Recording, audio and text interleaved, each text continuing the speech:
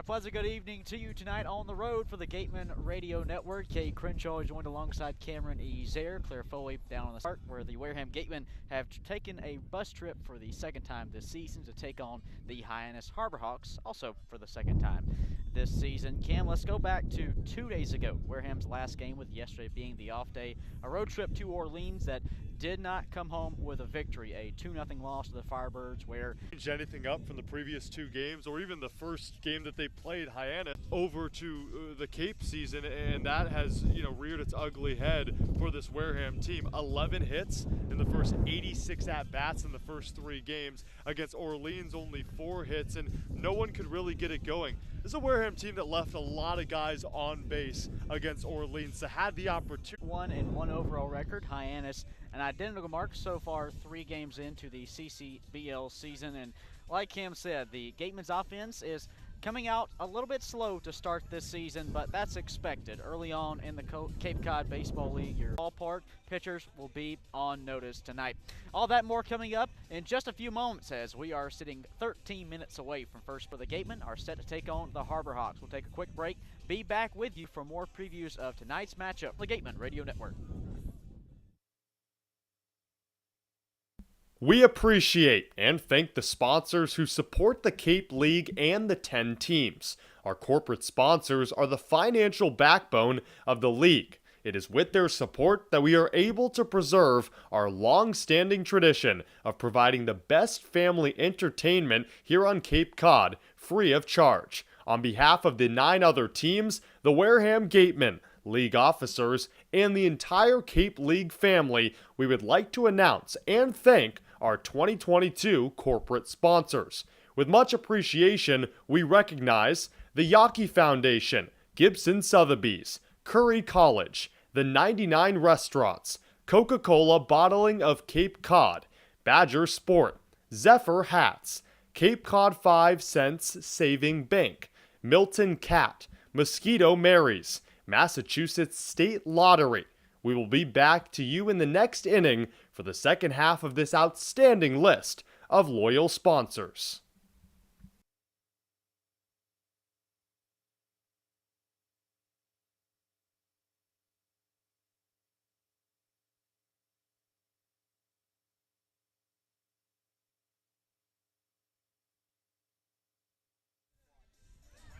Back here tonight at McKeon Park on the Gateman Radio Network, where Wareham is set to take on Hyannis in Game 4 of the 2000. Up the middle of the infield has been Jack Hausinger of Ezeir.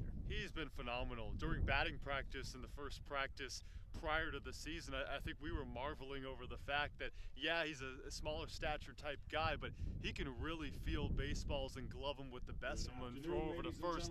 A guy that plays at Xavier with a whole lot of speed, a whole lot of passion in the middle infield. Both him and Blake Wright have done a great job just being vacuum cleaners, and that's something this Wareham team needs, knowing that the offense has been struggling. Jack Hausinger is our player spotlight coming into this afternoon's contest, and our Claire Foley caught up with him pregame. All right, here with Jack Hausinger. And been fortunate to make a few plays, so I'm feeling good. And you mentioned your senior season pretty successful. What do you hope to transfer over from what you did this spring to here this summer? I guess nothing really in particular besides just the way that I play the game, which hopefully I'll be able to translate wherever I go anyway. So just keep playing hard. Noticeable difference? I mean, there's pretty good crowds here. Not to say we don't get good crowds at Xavier, but the atmosphere is great here, and I don't know, nothing really. It's the same game. I mean, the weather's been beautiful. I guess you could say that, but yeah, I mean, it's the same game. I don't really know. You could say that the wood bat makes a difference, but that goes without saying. So it's the same game, and it's just been great to be out here. And yesterday was your first day off. What'd you guys do? Well, my parents and my grandparents are in town, so I'll give them a quick shout out. But we went out to Martha's Vineyard, and I got to explore that island a little bit, and it was really great. It was a nice day off, and got to see a couple of the cool villages there, and got to spend some time with my grandma and grandpa. So that made my day for sure. Awesome. Thank you so much. All right, Appreciate it. Thank you, Claire. Well, Cam, that's not a better way to spend an off day if you're Jack Hausinger than maybe go and spend some time with Grandma and Grandpa. Hey, it's a great time. I mean, the Cape Cod League's a great time, but knowing that you can get good food, maybe soul food, homemade, whatever it may be. I don't know if he's a seafood. They're 1-0 after knocking off the Harbor Hawks on opening night. A come-from-behind win, a 2-1 victory. Yeah, it was an ugly game. It was an opening day game. And the biggest issue for Wareham is, and we've talked about it, it's at the plate. Against Hyannis, it didn't get a hit until the 7th inning. It was a perfect game for the Harbor Hawks in there. And for Hyannis, I mean, they're coming off a 1-1 tie against Chatham, so their bats haven't been there as well. So 2-1 victory for Wareham. And first pitch, when we return here to Hyannis, Massachusetts at McKeon Park. It's Gateman Baseball on the Gateman Radio Network. Each and every game here at Spillane Field is made possible by our sponsors. Let's take a moment to recognize Gateway Tavern, Coastal Orthodontics, Fairway Financial, Joanne Stevenson, Sullivan Wine and Spirits, Deb Levesque Massage Therapy, the Law Office of Mark Deshays, Office Technology Group, J&M Baseball Academy, South Coast Health, Minkle Boys Catering, 80 Makepeace, Reed Custom Soils, Soft as a Grape, Bay Motor Inn, Point Sign, Wareham, Sipicon and Dartmouth Week, Cranberry Self Storage, Village Signs, the Law Office of Lang, Exiferis and Bullard, Reedy, Kiernan and McNally LLP, Robertson's GMC, Effie's Homemade, Wareham Country Market, the Wareham House of Pizza, Robbery's Tree Service, Patty Wild, Onset Bay Association, Select PT, El Mariachi, Water Whiz, and Cool Cone. Thank you once again to our sponsors of your online at gateman.org/shop. Visit to get all your Gateman gear today. Hey Gateman fans, don't miss out as the Wareham Gatemen head to Worcester, Mass. to take on the Bourne Braves at Polar Park, the home of the Worcester Red Sox. This special game at Polar Park takes place Monday, July 25th with a 6:45 first pitch. Tickets start at just $10, so head to gateman.org to get yours today. The 2022 Cape Cod Baseball League All-Star Game will be hosted by the Wareham Gatemen on Saturday, July 23rd. Join the CCBL's best as they take to the diamond in front of scouts from every MLB organization here at Spillane Field.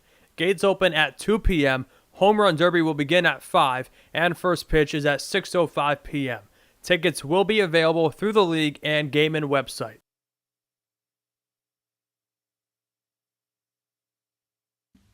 Tom and Jean Yockey were passionate about the game of baseball.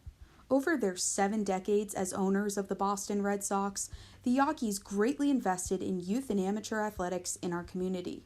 They recognized the important skills baseball can bring to players both on and off the field: cooperation, respect, teamwork, friendships, and confidence. The Yockey Foundation has been proud to support the Cape League for more than 25 years.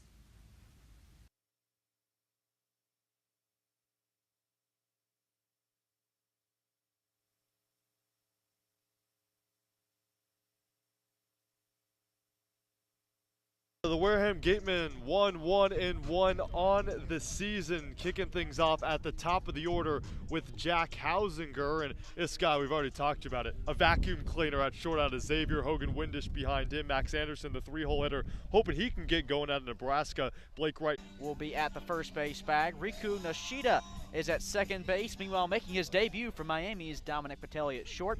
At third, Rocco Pepe, who lifted a home run off the Gatemen back on Sunday night. Debut of the summer is a Florida State Seminole right-hander in Jackson Baumeister. Baumeister, a 6'4", 226-pound, 23 hits. Like we said, Cam, it'll be Hausinger at the top of the order for the second straight night.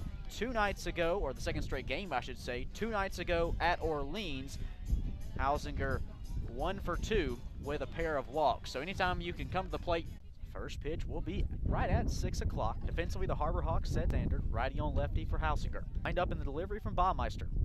First First pitch, fastball up above the letters, count 1-0. Hausinger 2 for 9 on the season coming into this evening's ball game. The 1-0. Called, strike one, back-to-back fastballs. This time it finds its way in the zone on the hour. Baumeister. Glove above the face, the wind-up, and the 1. Swing and a miss. Strike 2. Off-speed pitch up and away that Hausinger chased. Here's the 1-2 offering. Hausinger sees it at the eyes for ball 2. Hyannis tonight in the blue and white pinstripes. Hyannis in orange script across the chest with blue numerals on the lower half, while the blue caps with the orange logo on front. It's the 2-2. Hausinger lets one miss off the outer half for ball 3. Count now full.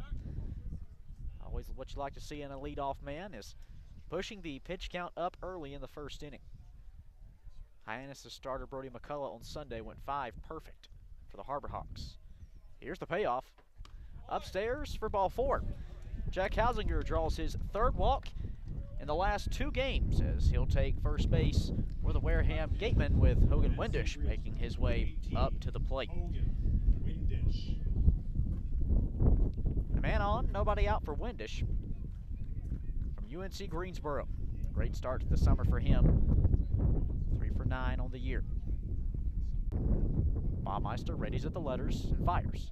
First pitch upstairs, ball 1. For Baumeister, incredible fastball there out of Florida State. Sometimes the command can be slightly off. That's why he got hit around a bit this spring in the ACC.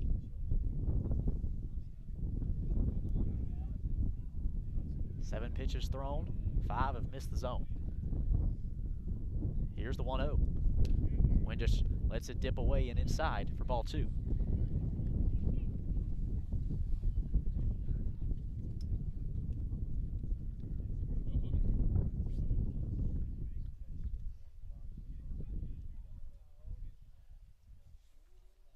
One on, nobody out in a scoreless top first inning. Here's the 2-0 pitch.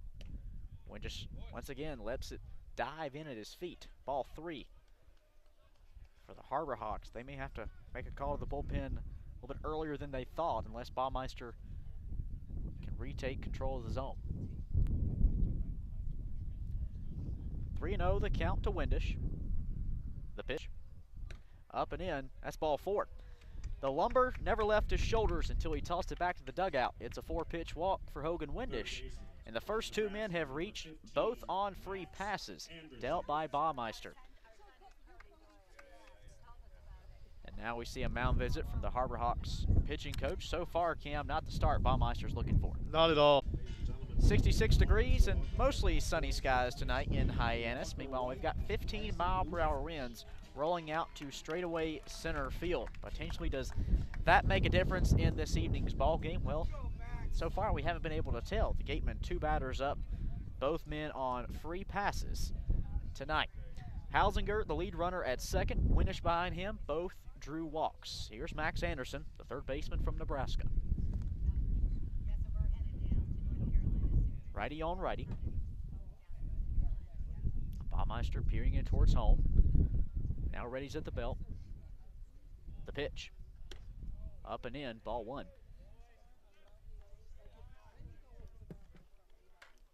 10 pitches now for Baumeister. Only 2 strikes. He threw 61% strikes this spring at Florida State. So far tonight, just 20. It's the 1-0. Swing and a miss from Anderson. Fastball. Anderson still looking to get started for his first hit of the summer.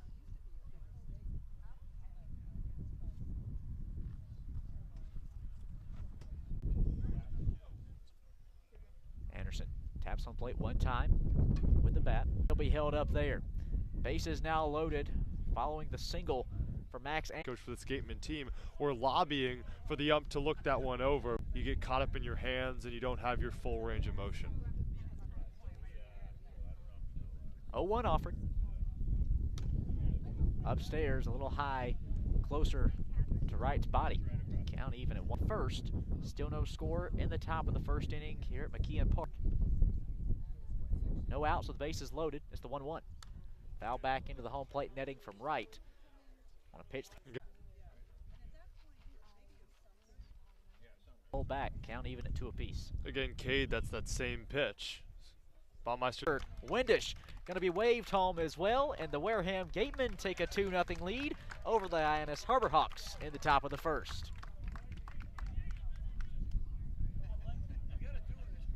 The location was supposed to be inside. Instead, Baumeister missed it with a breaking ball off speed, and Wright read it like a book. Good placement as well. We've been talking about where at Orleans.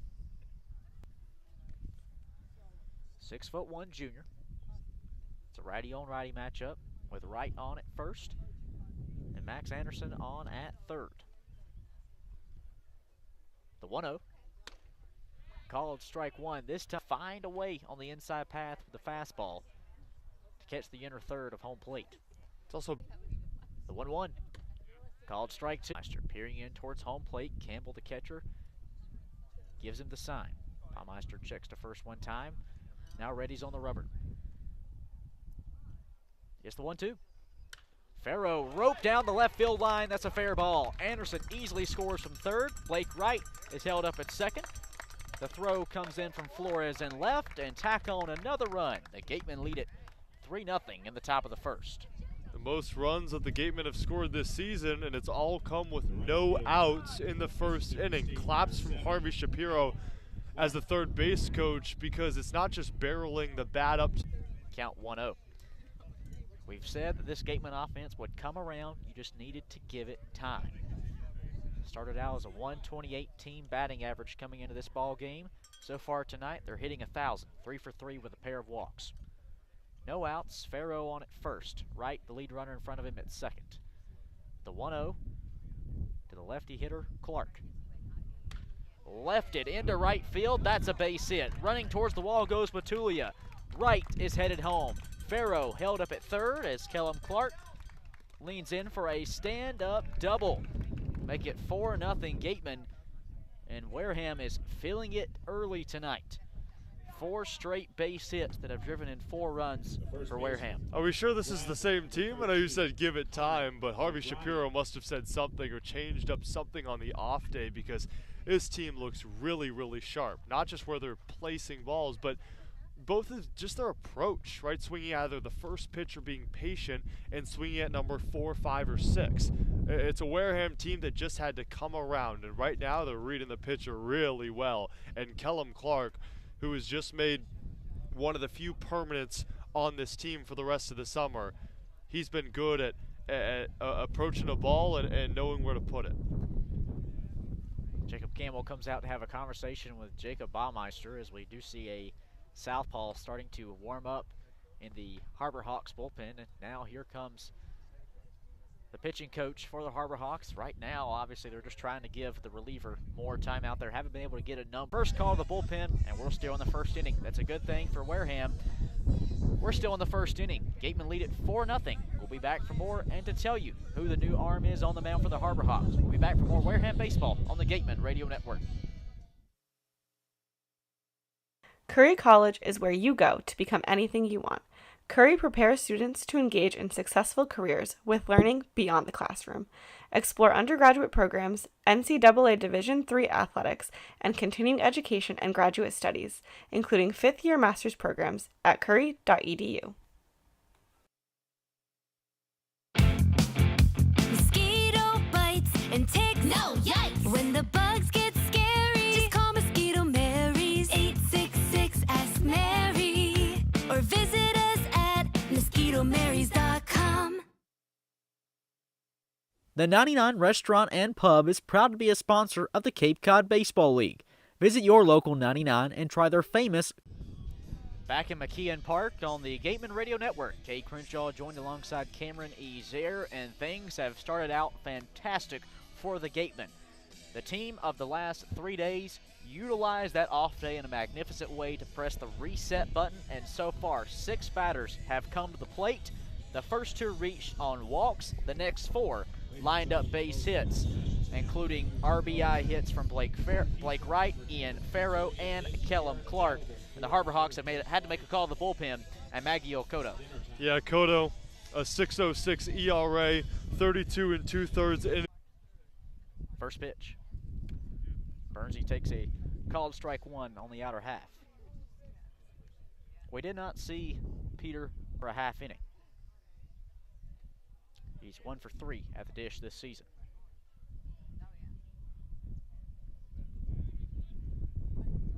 Kodo looks back to the runner at second base. The 0-1. Bernsey fouls it off right side out of play, a soft dribbler towards the Gateman dugout. And the other catchers on this team, Cole Elvis out of Cal, as well as Ryan Campos out of Arizona State. Harvey Shapiro offering. Maybe that's the case. Lefties have been the Achilles heel for this Wareham team. I mean, a lot of pitchers have, but especially left-handers. It was a case in Orleans where no lefty, or every lefty, got it done against the Gatemen. 2 on, 2 down for Tremaine Cobb Jr. Batting out of the 9 spot, first pitch. The right-handed hitter takes a called strike one, inside and low. Cobb out of Hartford, but here in the fall, he'll be moving over to the Sun Belt Fun Belt to play for the Troy Trojans.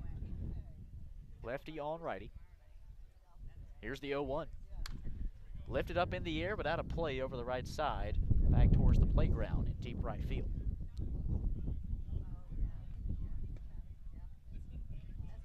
Cobb wearing that Hartford Hawks 2. Line shot out of play once again towards the playground. Boy, a lot of exit velocity there from Tremaine Cobb Jr. He's just been a tad late on those last 2. Yeah, a lot of it. Farrow at third. Kellum Clark stands at second. 2 outs in the top of the first. Wareham leading 4-0. It's the 0-2. Cobb lets it skip in the dirt for ball 1. Good blocking job from Campbell to shuffle over and take it off the chest. Have brought all 9 men in the order to the dish in the first inning tonight.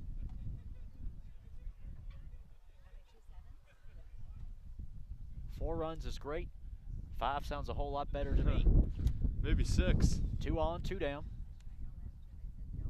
And on 1, 2, 3 in the bottom of the order. A pair of strikeouts and a lineout once the Harbor Hawks made a call to their bullpen and brought in Magiel Kodo. Well, a 4-run lead is great for Jacob Cravey to inherit for his first start of the season for the Gatemen. We'll tell you more about him when we come back for the bottom of the first inning. You're listening to Wareham Baseball on the Gateman Radio Network. The Wareham-based 80 Makepeace Company, founded in 1854, is the world's largest cranberry grower and the largest private property owner in eastern Massachusetts. The company supports organizations like the Wareham Gatemen and projects like the outdoor cranberry bog classroom that you may have passed on your way in. Visit admakepeace.com to learn more. The Gateway Tavern, located on Marion Road in Wareham, offers an extensive but not exhaustive array of menu choices. They search for the finest in foods, ranging from garden fresh produce to hand-selected seafood, and have special menus that change daily. The Gateway Tavern is proud to be the official helmet of the Wareham Gatemen.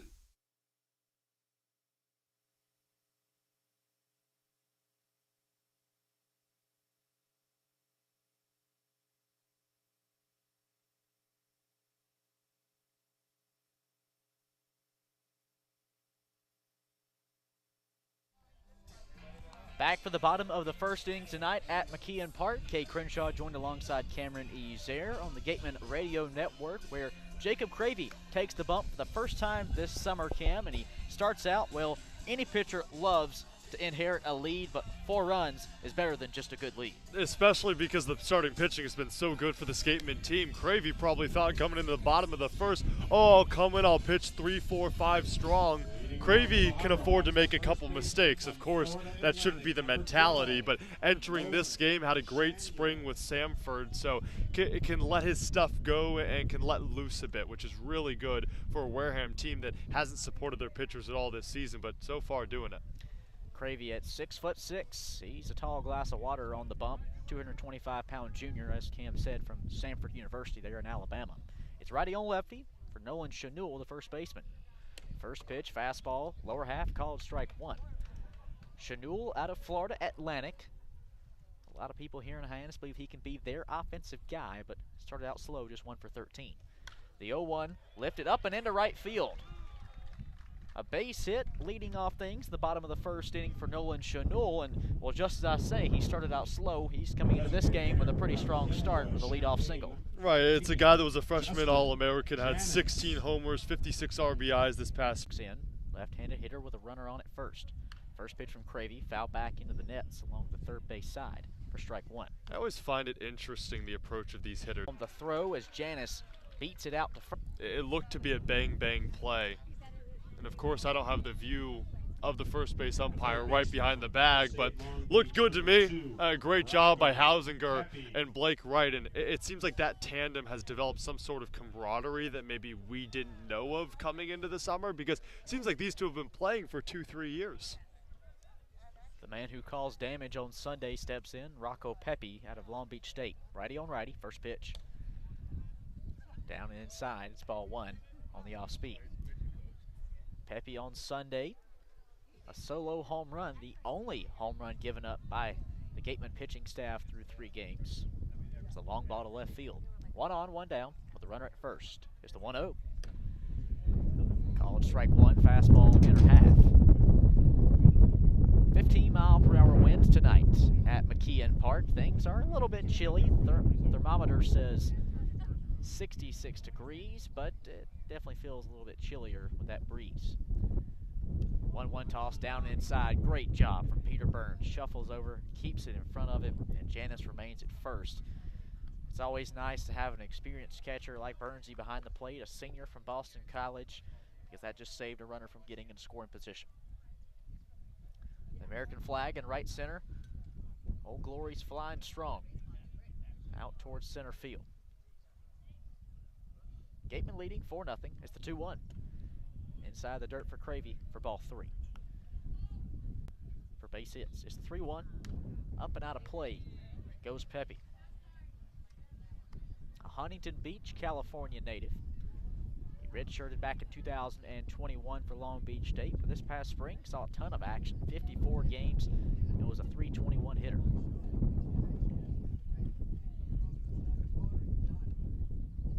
Hyannis stands at first, reaching on Pretty much in a full open field behind us, and all these fans, usually the younger ones, running after those foul balls if they clear the netting behind us. Cravey trying to find the second out in the first inning. The payoff, low and away, that's ball 4.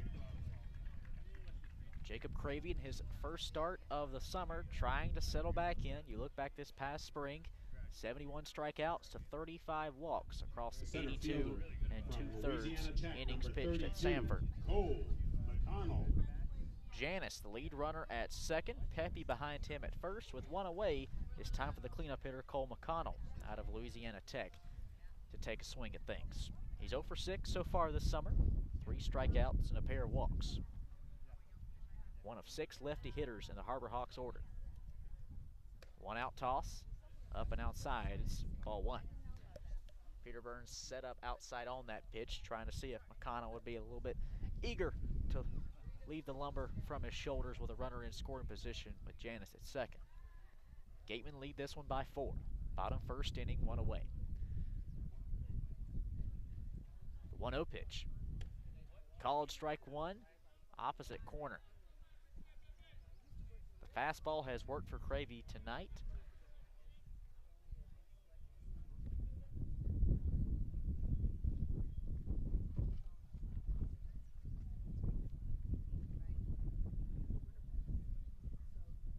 Cravey peering in towards home as he readies at the letters. The 1-1. Fouled up and out of play over the third base side.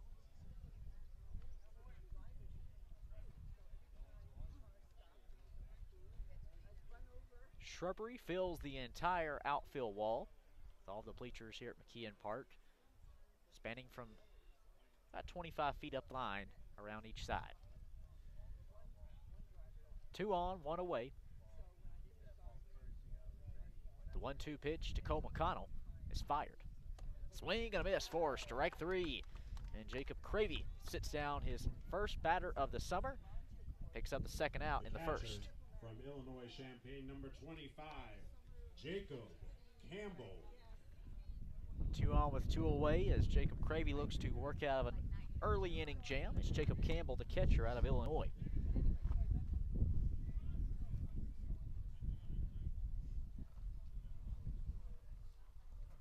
Campbell in his debut game on Tuesday at Chatham went 2 for 5. 2-out toss. Fastball up high at the eyes. Let's count 1-0. Ironically, Jacob Campbell leads this team in batting average. I know it's the early portion of the season, but that 4 at the letters. So Cravey's going eye level. Now he's going chest level. Just a little bit lower and he'll find the zone. 2 balls, no strikes with 2 away. And Cade struck out Cole McConnell at a ball in the dirt. Farrow and Kellum Clark in the first inning.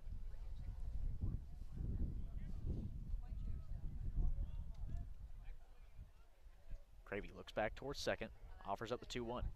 Fouled up and over home plate. Behind the netting it goes. The Hyannis Harbor Hawks, formerly the Hyannis Mets up to a few years ago, electing to go with the name change, but still don those Mets colors, that bright blue and the bright orange, like you see up at Citi Field. The right of us in the Wareham dugout blared out good pitch because it was one. I think that was a play that could have been called, or a pitch that could have been. First and second, 2 outs. The 3-2 and keeps intact the Gateman's 4-run lead as Hyannis strands 2. We're through 1 at McKeon Park in the Hilton Cat, the Cape and Islands Caterpillar dealer, is proud to be a sponsor of today's game. Mark Deshays has been practicing law in southeastern Massachusetts for over 30 years. His primary focus is on all aspects of real estate law, including residential and commercial real estate transactions.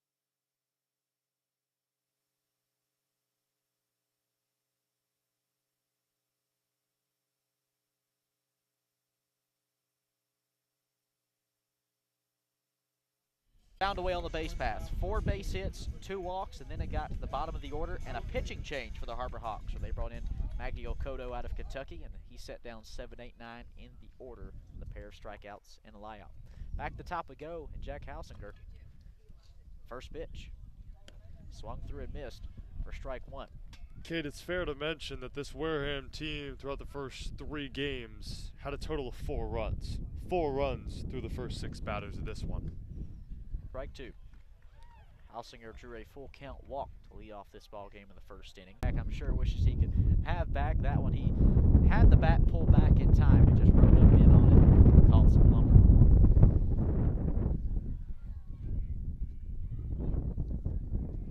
Cotto looking to retire his 4th straight. The 0-2. Up high above the helmet for ball 1. Hausinger himself 1 for 1 this season against a lefty. Max Anderson bat 3rd. Bases clear, no outs for the leadoff man Hausinger. 2-2. Off the plate and up for ball 3. Harbor Hawk fans picks it up at second on 1 hop. He throws in time, 1 away. The left fielder from NC Greensboro, number 18. With Windish making his way to the plate, Cam, whether you obviously want the leadoff man on. That's always what you'd like to see, but anytime you go piece together back-to-back full count at bats and a pair of innings, leadoff man's also doing his job, driving up that pitch count. Also, in that Orleans loss, Wareham had a leadoff base runner on in the first 3 innings, and it led to nothing. So that's not always the case. You know, pushing it forward, getting the ball in play is important. 1 out toss to Windish, swung and missed on a fastball down low. Count 0-1. Windish, UNC Greensboro, walked in the first inning on just 4 pitches. The 0-1 toss, fouled off catcher Shengard. Waited on 4 pitches in the first inning. The lumber never left his shoulders, but here in the second, 2 quick swings. 83 years old. Bases clear with 1 out in the 0-2. Swing and a miss, strike 3. 3 pitches, 3 swings and misses for Hogan Windish as he falls for the second out in the top of the second. One part of baseball that I think is often overlooked, and maybe not too much by the base. Left back in the first inning. Wareham leading 4-0, top second, bases clear with 2 outs. The 1-1 from Cotto. Anderson dribble over right side. Nishida moves up. Maggie Okoto had our money to work as hard for us when we retire as we did working to accumulate it. Anzoni, and I am president of Fairway Financial Insurance Agency. Money is just a tool to help you to do what you ultimately want to do, which is to travel, spend time with your kids, grandkids. National Realty is proud to sponsor the Cape Cod Baseball League, offering residential sales and vacation rentals across the Cape. We help you turn someday into right now. Each office is independently owned and operated. Sotheby's International Realty is a registered trademark.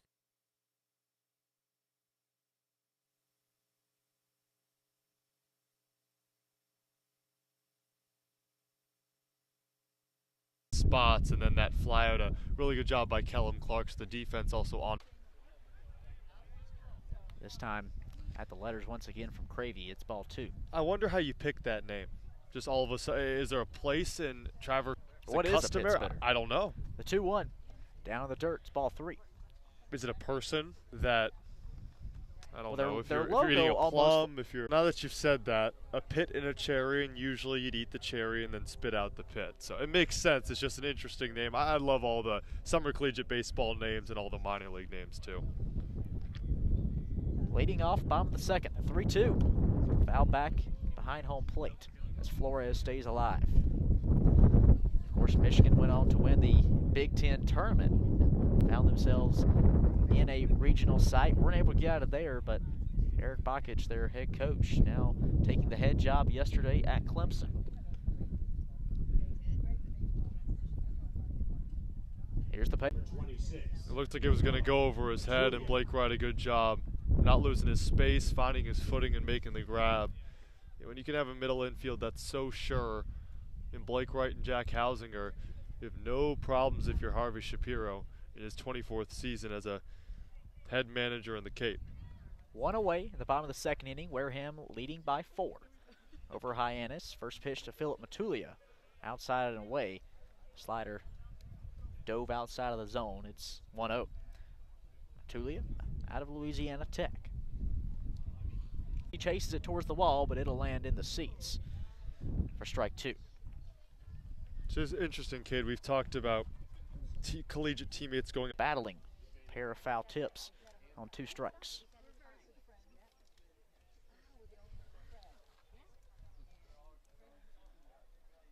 Base is clear with 1 down. The 1-2 offering. Outside edge, Cravey just misses his spot. The fastball did not dot that bottom corner. 2 balls, 2 strikes.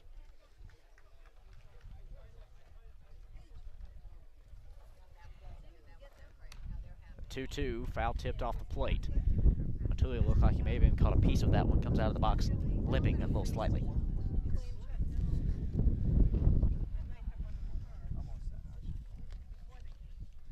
Eighth pitch of the at-bat upcoming for Jacob Cravey on Philip Matulia.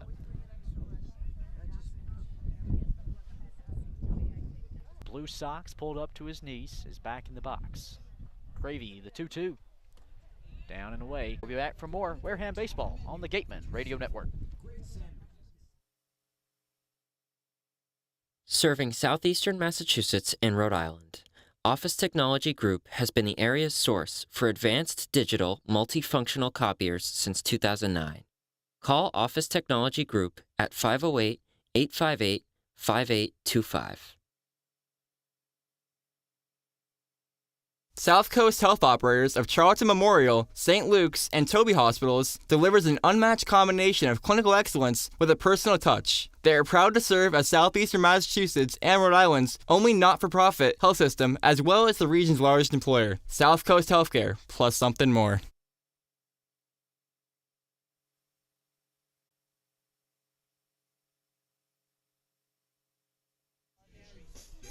Back for the top of the third inning tonight at McKeon Park in Hyannis, Massachusetts, where the Gatemen lead the Harbor Hawks 4-0.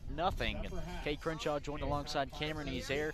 Cam, those 4 runs came across within the first 6 batters for Wareham, but up 6 down. It's an unlucky lefty theme for this Wareham Gateman team.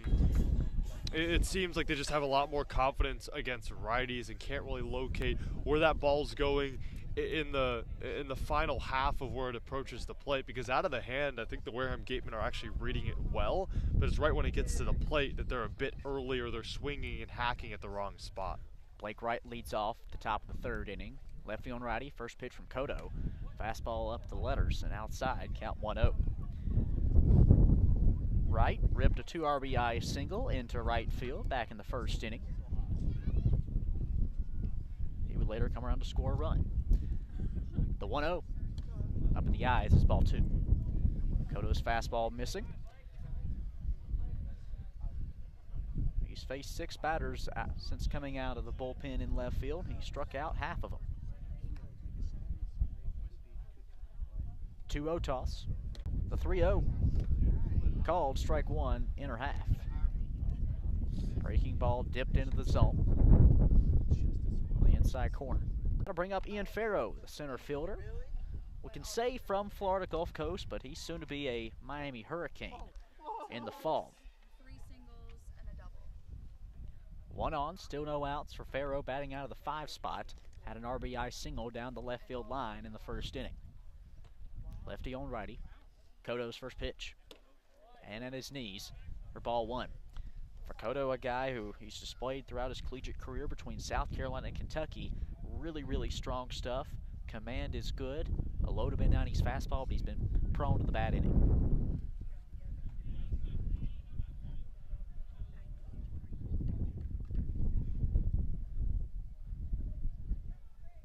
Here's the 1-0. Swung through and missed. Changeup caught Farrow. Count even at 1 apiece. Wind rolling from home plate out to center field tonight at 15 miles per hour. So for Farrow, a guy who set Florida Gulf Coast single season records with his long ball this past spring, if he gets one up in the air, it could be his first homer of the summer. More on those records in a moment. As Kodo readies at the belt, looks to the lone runner at first. Now he'll pick him over. Back in time, though, is Blake Wright. For Ian Farrow, this past spring, an incredible season for the junior. Set single season records at Florida Gulf Coast, 21 home runs and 75 runs batted in. The 3-0. Burton really just looked on for the mound. I just saw it. He just said to himself, all right, all right, all right, like he's Matthew McConaughey out there. 2 men on, 2 down. The 3-1. Upstairs and back to the backstop at Sales. Hausinger, the 4-pitch walk. Meanwhile, Kellum Clark comes home to score, and the Gatemen take Clark, the beneficiary of a wild pitch, and it's a good thing to see Kellum Clark come home, because the first 2 times he stood on third this season, he was stranded there. So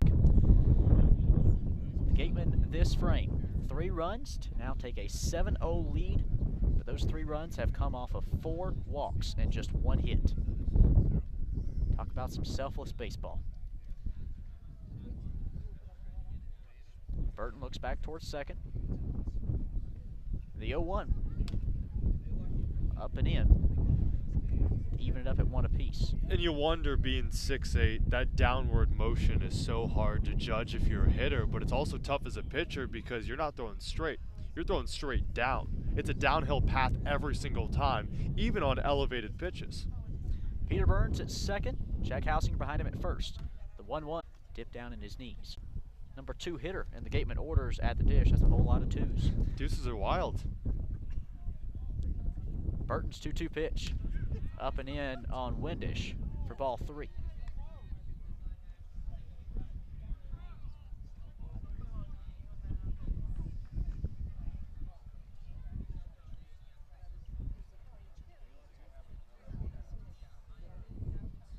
Windish takes 2 steps out. Now he's back in the box. Wynn rolling out to straightaway center with 2 outs in the top of the third. Pitch cam, so if Windish is able to get down a knock somewhere on the field, you have to think Burns has a good shot at scoring from second.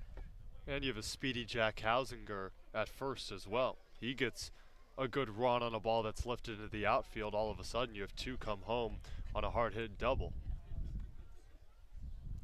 Burton peering in towards home. Runners at first and second. The 3-2. Lifted up in the air, foul territory, right side. Channel gives it chase from first, and he makes the snag still on the grass in front of the Gateman dugout for the 3rd and final out. Well, the Gatemen do strand 2, but they also score 3, and now lead it 7-0 over Hyannis as we make our way into the bottom of the 3rd inning. We return for more Wareham baseball on the Gatemen Radio Network.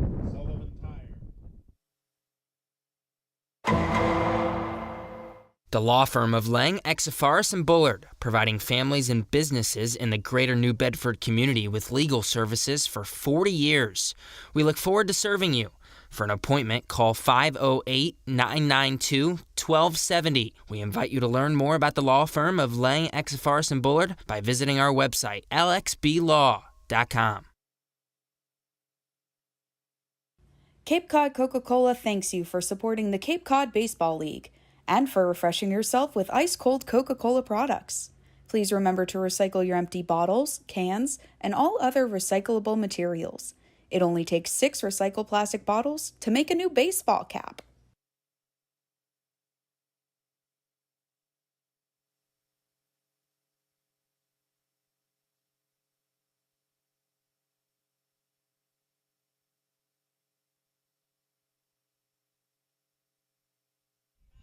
The offense is alive and well for Wareham tonight on the road in Hyannis. They lead the Harbor Hawks 7-0 as we make our way into the bottom of the 3rd inning. Cade Crenshaw joined alongside Cameron Ezeir on the Gateman Radio Network, where Jacob Cravey, in his first start of the summer, we thought he may be a focal point of tonight's ball game, but Cam, with the plethora of offense, he's really slipped through the cracks. But not really. I mean, yes, in terms of if you're taking it from expect the Gatemen to hit at all, or you didn't expect the Gatemen to have this level of production. But when you look at his 2nd inning, I think that's the most impressive part of the game outside of the offense getting it going. I mean, to go 1-2-3 after you let up these hits, you have a pair of base runners, and you get out of the jam in the first. I think that Jacob Cravey has done a really good job lessening the noise of what the bats have been able to do for the Gatemen. Here's the 9th batter in the order, Riku Nishida. First pitch, Cade out of Mount Hood Community College, but soon to be with the Oregon Ducks. The 0-1, Cravey skips in the dirt. Count even at 1 apiece. Nishida, a .273 hitter through the first 3 games of the season with a walk and a stolen base.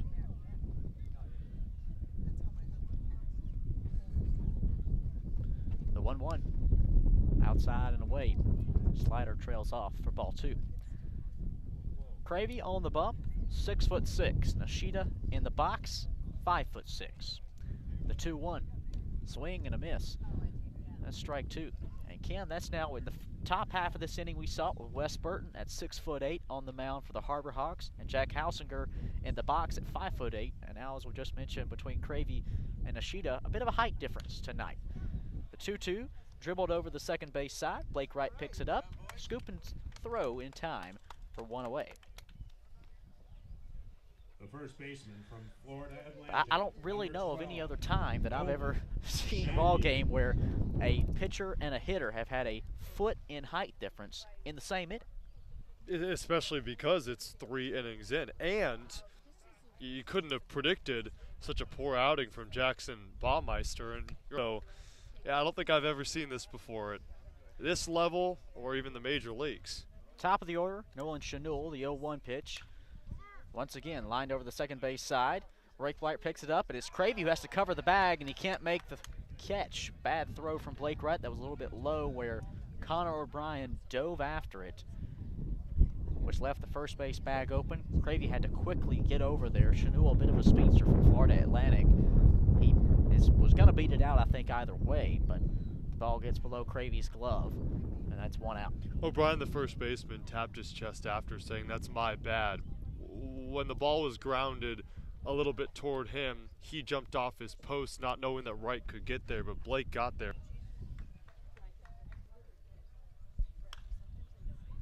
First pitch to Justin Hyannis, lifted into foul territory, deep into the corner, it drops in foul territory. No one's able to get there. I would originally thought that was going to be a hit, Cam, but you look up at the scoreboard here tonight at McKeon Park, and they've given that an error. Usually it's the home team bias, if you will, that they would have given that a base hit, but instead it's the first error of the ball game for the Gatemen.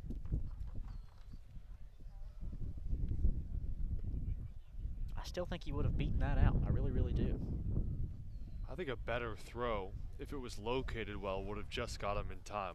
Different viewpoints there, but either way. 1 on, 1 down. The 0-1. Inside, Hyannis spins out of the way of it. Counts evened up at 1 apiece. Hyannis out of Illinois, 0 for 1 tonight on a fielder's choice.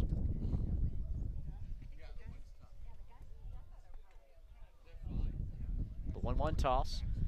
Outer half, doesn't catch the bottom corner. It's ball 2. We do have some activity down in the Gateman bullpen.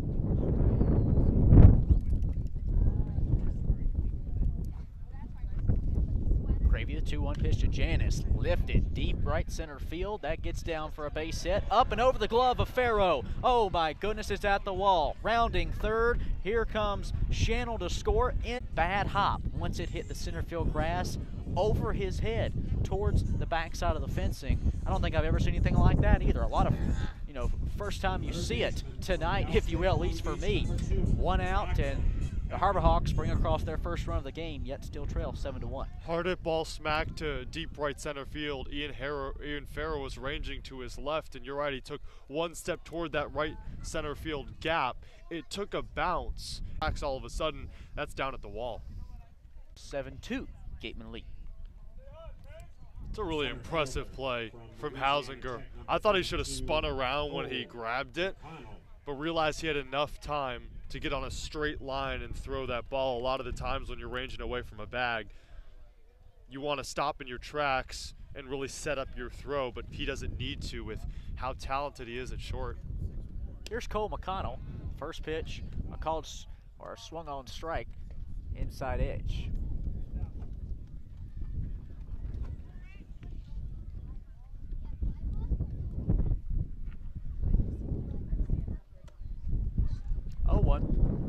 Called strike 2.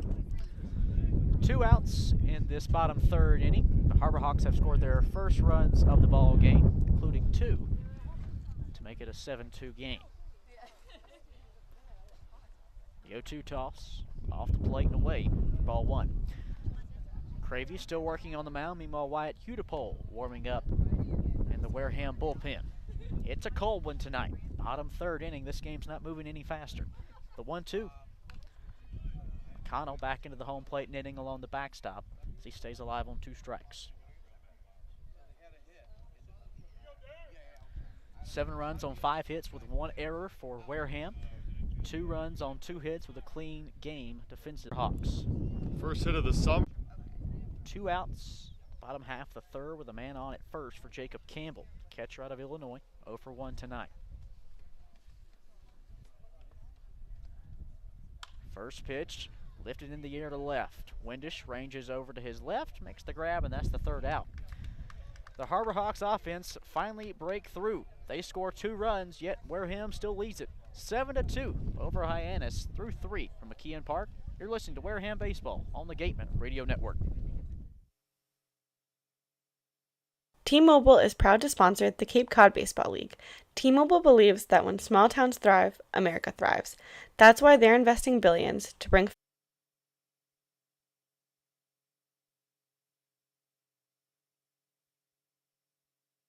If you or a family member have been hurt at work, don't wait for the insurance company to discontinue your benefits or deny you medical treatment. Get an experienced workers' compensation attorney now before it's too late. The lawyers at Reedy, Kiernan, and McNally, LLP, have been practicing workers' compensation law for many years and are experts in the field of workers' compensation law. Having the advantage of retaining an attorney early on may make all the difference in your case. Know your rights. Be prepared and contact Reedy, Kiernan, and McNally, LLP today. The firm is located at 267 Main Street in Wareham and 2318 Acushnet Avenue in New Bedford. Call 508-295-0286 or visit their website www.rkm-law.com.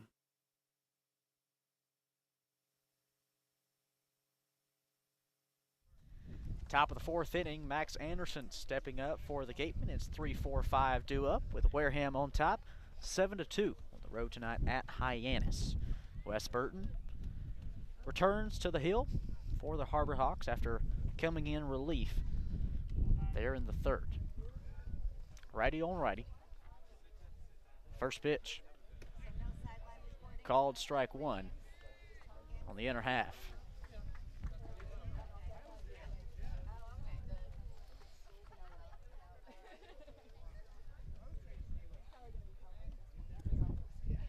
Burton's 0-1. Skips past the catcher. Back to the backstop it goes. Another wild toss. Count even at one apiece. For Burton, a guy who's, you know, from my eyes, looked like a 91, 94 fastball-ish. Just the command can be a little spacey at times. Utilizing the breaking ball more, too, today. The 1-1. Anderson fouls it back to the home plate netting for strike two.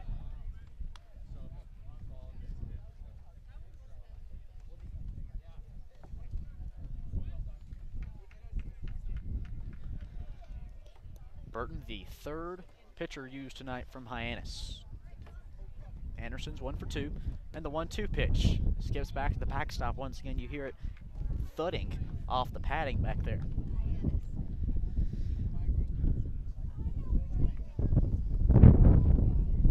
And by a split second. One away in the top of the fourth. Good speed from Anderson down the line. A little bobble at short from Patelli, and Patelli to even make it a close call because off that first bob. Strike one, the Clemson Tiger. Right out of the cleanup spot for the fourth straight game. A 2 RBI single in the first, a walk his last time up in the third.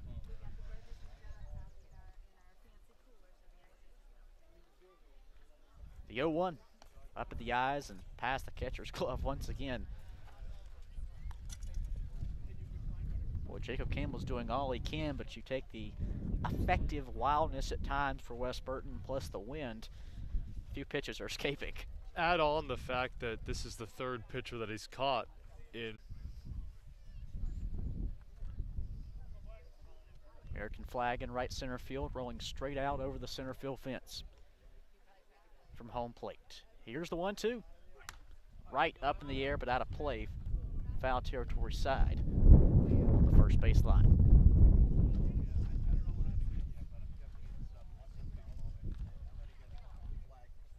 You know, Cam, this ball game started out at 65 degrees and 15-mile-per-hour winds. We're still sitting there, but that 65 feels a whole lot colder than it did back in the first. Here's the 1-2 to Blake Wright, up the letters for ball two. It's one of those moments that I wish I brought a coat, a jacket, some sort of sweatshirt, maybe a blanket. You were smart. You brought at least another layer. I need another one though. This one will do. But being a South Carolina guy, it's a little bit chilly. I know. I was telling a few folks moments ago, 97 back at my house today. Here's the 2-2 offering. Right, liner up the middle. No, it's over the right side. Nashida picks it up. His throw to first in time for 2 outs. So things are definitely cooling off here tonight, that's for sure. Also was up the middle, you were right in that regard, but it bounced off the glove of Wes Burton, which changed its direction, and that's actually a positive for Hyannis because I think that one would have been a base hit up the middle, but fortunately for them, their 6'8" righty has some reflexes on the mount. I couldn't quite see that it touched his glove, so thank you for pointing that out. 2 outs in the top of the fourth. Wareham up 7-2. Righty on righty. First pitch to Farrow. Down the dirt for ball one. You can hear the leaves of the trees starting to make a little rhythm around the ballpark tonight.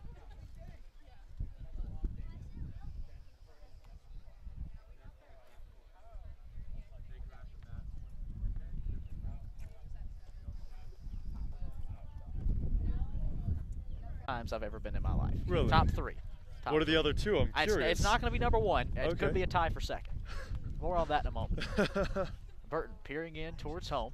Farrow with 2 outs awaits the 2-0. Upstairs, ball 3. In that top 3 ranking, all right, let me walk you through this. 2017, New Year's Eve in New Orleans, Louisiana. I was down there for the Sugar Bowl with Clemson and Alabama.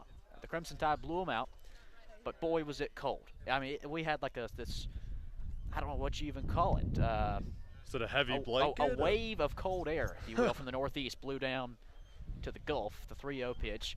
Upstairs, ball 4. Ian Farrow draws a 2-out walk. It had come in along the Gulf there in New Orleans, and boy, was it chilly. It really, really was. Trying to explore the city, Bourbon Street, all the good stuff of New Orleans. And my father was with me. We about froze to death. Now, the number one time in my life, my father was also with me. I don't know why, but Dad and I have frozen quite a lot. Was it Antarctica? It was not Antarctica. It was actually in North Carolina at a place called Camp Old Cheer in Boy Scouts. 1 on, 2 down. The 1-0 Clark. Liner up the line. That's a base hit into the corner. Farrow around second. He's heading into third. Meanwhile, Kellum Clark jogs in for his third double of the ball game. Farrow's held up at the third base bag.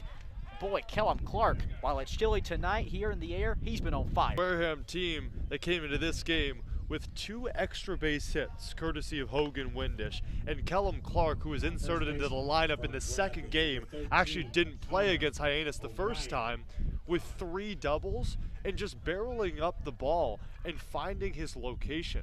And that's something you got to stress for a team that's been putting the ball in play but not finding the gaps, and Kellum Clark has delivered. Clark is an early candidate, I would say, for our player of the game. 3 doubles, 3 runs batted in.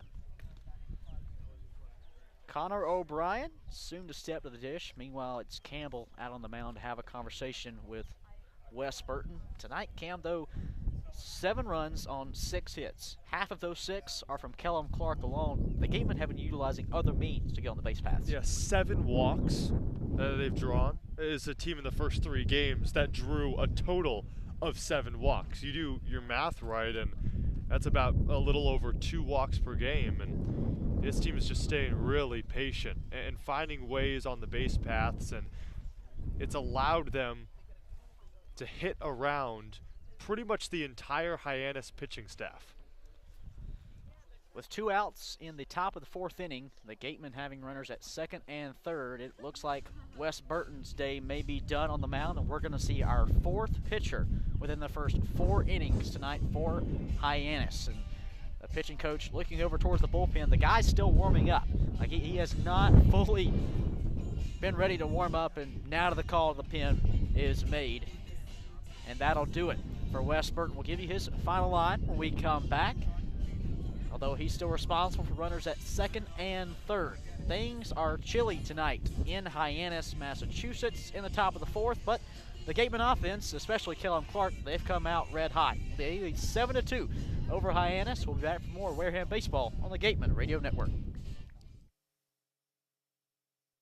Continuing with our corporate sponsors, we also want to recognize and thank Franklin Sports, Cape Destinations, Sullivan Tire, Highline Cruises, Barnstable Bat, Sunderland Printing, Axis Bats, Cape Space, Christmas Tree Shops, OOFOS, T-Mobile, Boston Better Business Bureau, Fairway Financial, Rogers Gray, and of course, thank you to Major League Baseball for over 50 years of support.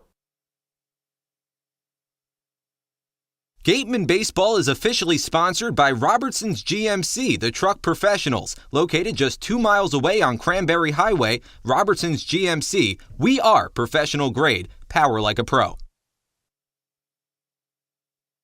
Top of the 4th inning, where Wareham leads the Harbor Hawks 7-2, and the Harbor Hawks have brought in their 4th pitcher of the night. It's Seth Logue out of Kentucky, a 6'1" sophomore from Mason, Ohio. And the soon-to-be final line on Wes Burton, who just exited this contest. He tossed an inning, gave up 1 hit with 2 walks and no strikeouts. He is responsible for runners at second and third. Cam, if you're low right here, all you're looking for is 1 out. I'm very shocked that Hyannis isn't going to go to a lefty. Now, I don't know how many are available in the bullpen. Before the game, we got the scouting report and who was set to pitch or who was free to pitch out of the bullpen, and there was only 1 lefty, and we already saw him today in Magdiel Cotto. But right now, the fact that Hyannis only has righties coming out of the bullpen, that's dire for a team that's looking down the barrel of a of a 7-2 scoreline right now, trailing by 5. Connor O'Brien steps to the dish. He's got Farrow at third, Kellum Clark at second. And the first pitch from Logue. Swing and a miss, fastball inner half for strike 1.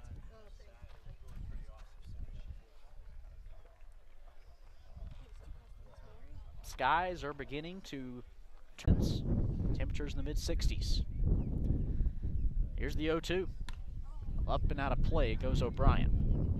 He stays alive on 2 strikes. And I haven't forgot about your coldest. Called strike 3, outer half. 3 pitches for Seth Logue. And he's got his an umbrella policy to protect your teen driver or making sure your home is covered from storm damage. Rogers Gray is there to guide you. Insurance is more than just a box to check. Trust Rogers Gray, a proud sponsor of the Cape Cod Baseball League. The Gateman would like to quarter of a mile from the field on Route 6, offering a convenience store, a Dunkin' Donuts, and a deli.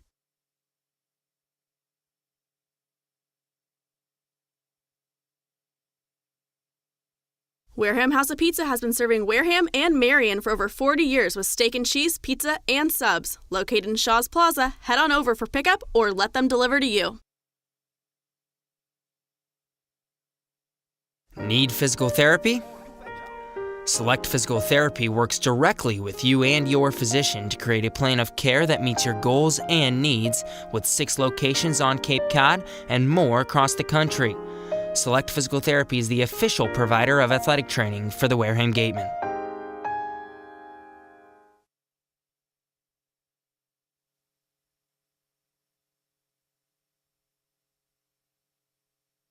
Tonight, where Wareham leads the Hyannis Harbor Hawks 7-2, and well, Cam, for a team that a lot of people like to joke is not on the Cape and shouldn't be in this league, is taking care of business so far. Easily. First 4 runs of this game, followed it up with a 3 spot, so make it the first 7 runs of this game. Yeah, it might be off the Cape, but many would argue, and this would be my main argument, before you go to the bridge, you got to stop by Wareham. Enjoy the sights, enjoy the scenes, enjoy Spillane Field, enjoy the area. So this team is showing why, although they are not on the Cape, they are one of the originals in the Cape Cod Baseball League. Wyatt Hudepole comes out of the Gateman bullpen. He's on the bump for his 2nd appearance of the summer. We'll give you his season stats in a moment. As Tito Flores out of Michigan looks on. First pitch, fastball up high. Count 1-0. Hudepole an inning in a third with no hits, no runs, no walks, and no strikeouts. 0-1 toss. Liner up the right side and through. Past the outstretched second baseman. Blake Wright at sails, and Tito Flores has a leadoff single in the bottom of the 4th. Fielder from Louisiana Tech, number 26, Philip Matulia. 3rd hit of the ball game tonight for the Harbor Hawks as Philip Matulia makes his way to the box. Righty on lefty. Defensively, the Gatemen set standard.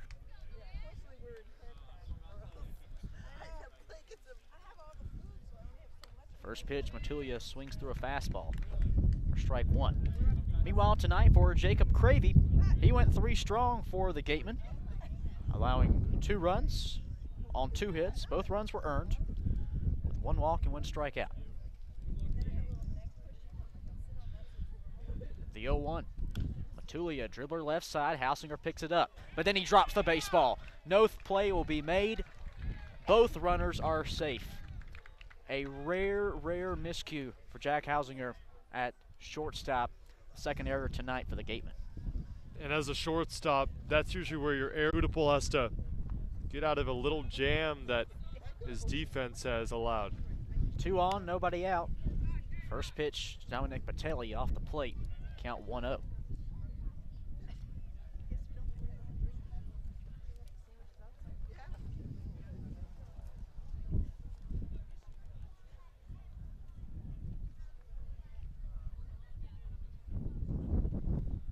The 0-1, up and out. Count even at 1 apiece.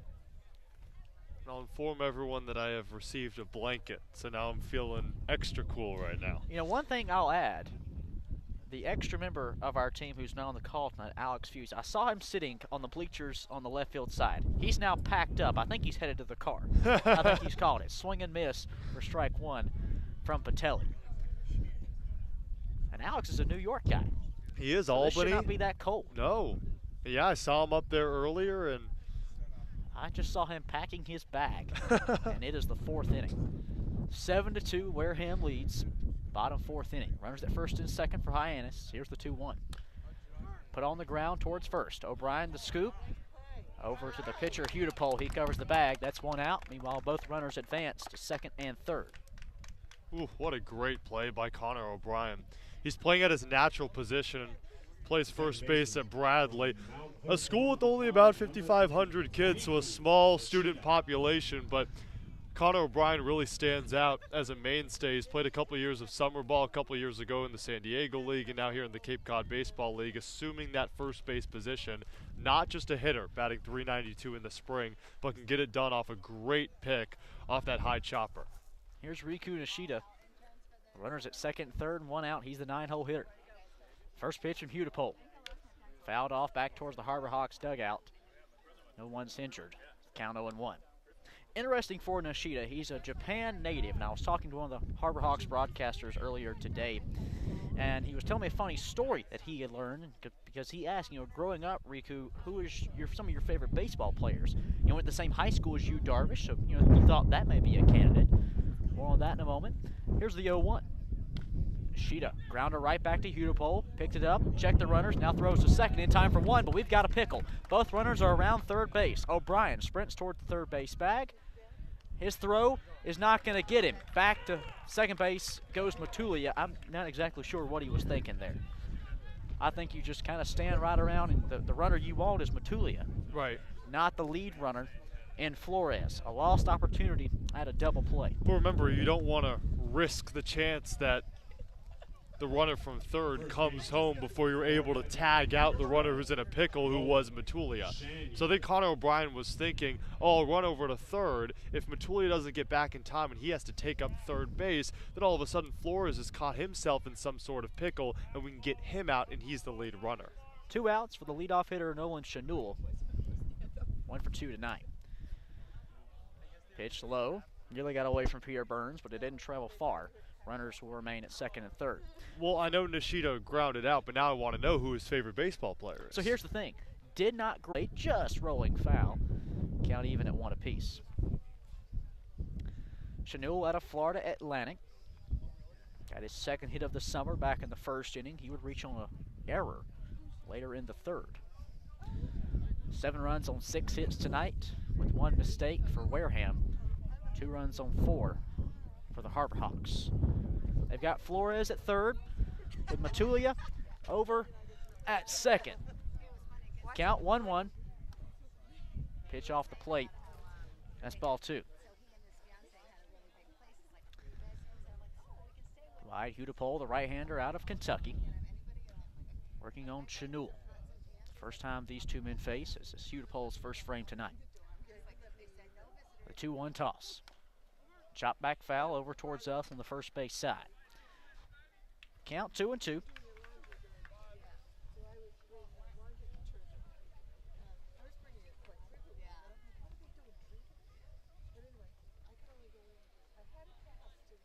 A single and an error led off this inning.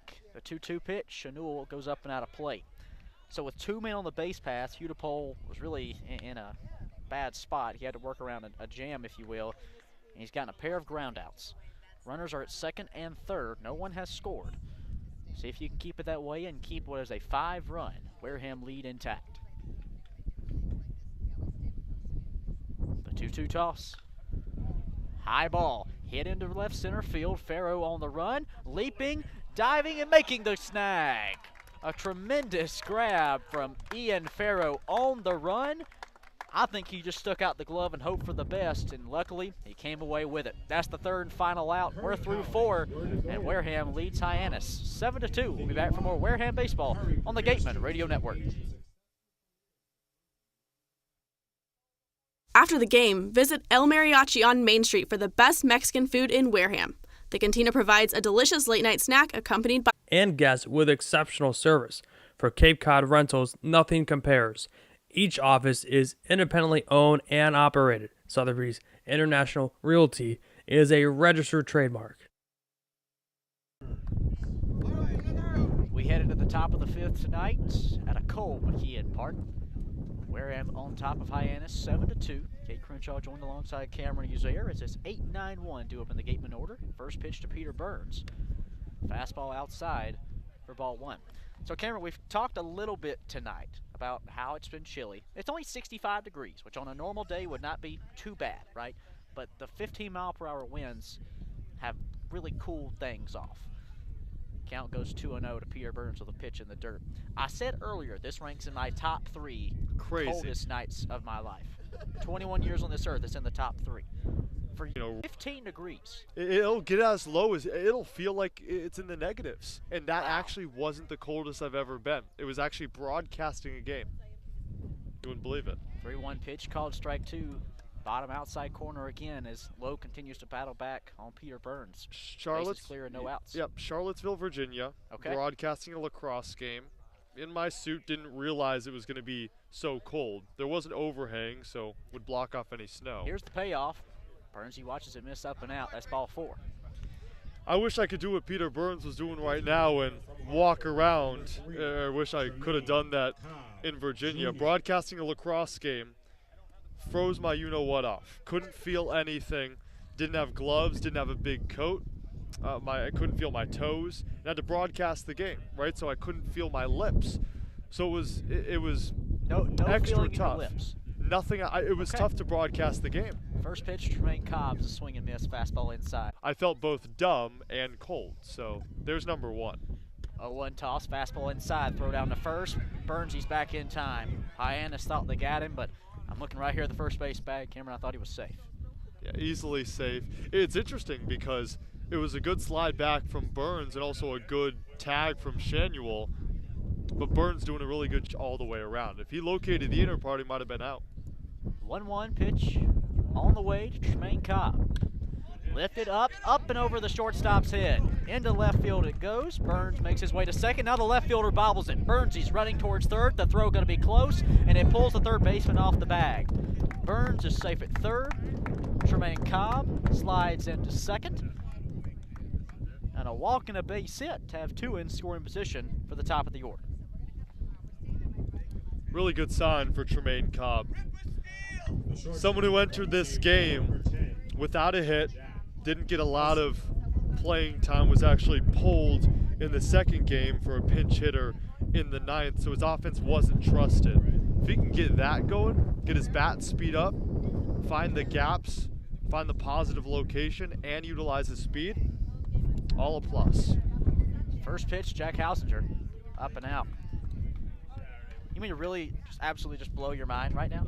So you've never heard of the hand warmer things that existed? They also make toe warmers. You put them in your shoes. I saw those, but I didn't have time to take off my shoes and put them in. The 1-0, Hausinger swing and miss, count even at 1 apiece. It's the worst part of this is we're talking about all this stuff and we don't have it. That's right. That's the downside. I didn't know what a hand warmer was, but I'd love one right now. Maybe I'd have someone shake it for me because I just stick it in my pocket and hope, but. 2 on, no outs. Here's the 1-1. Hausinger swing and miss, that's strike 2. I think the perfect person to go get us some of these things would be our broadcast partner who's off tonight, who's just, sitting behind us here in the stands, but no, you keep your seat. You keep your seat. Keep your seat. Nonetheless, runners at second and third, we're back to baseball. No outs and a 1-2 count on Hausinger.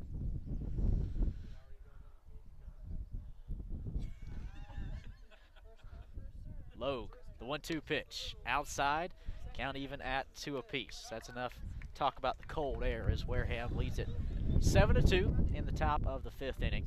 The Gatemen tomorrow night will be on the road once again, 3rd straight road trip, visiting the defending CCBL champion, Brewster Whitecaps. The 2-2, off the plate and away, that's ball 3. The patience is just so uncanny. Not to cut you off, the patience is great from this team. It looks like a completely different team. Especially the pitchers have been on the first 3 games into the 4th, and especially for Jack Hausinger. That's his third full count tonight. Runners at second, third, no outs. And the payoff. Hausinger pops it up. Infield skies, moving towards shallow outfield grass. Patelli moves back from short. He goes and makes the over-the-shoulder grab. No runners will tag up, and that's one away. You have to give credit where credit is due. Patelli on the retreat, running into shallow center field, makes almost a football-style over-the-shoulder catch for the first out. Nishida had to dive to the ground as well at second because he was going back for it, and once Patelli called him off, he just dropped to the floor because he realized Patelli barely knows where it is, and that could veer in his direction, so Nishida also doing a really good job avoiding the collision. Here's Hogan Windish batting out of the 2 spot. Runners at second and third with 1 out. Righty on righty. First pitch. Put on the ground towards left, and it splits the left side. Peter Burns scores from third. Tremaine Cobb held up on the hot corner. And with 1 out, Hogan Windish picks up an RBI. 3 hits in his first 3 games. That ups it to a 4-game hit streak, and Hogan Windish finally finds his bat in a game where the rest of the gatemen have found theirs. Only active hit streak for Wareham, now at 4. Runners on the corners with 1 down for Max Anderson. He's 1 for 3 tonight. First pitch from Logue, a little high, that's ball 1.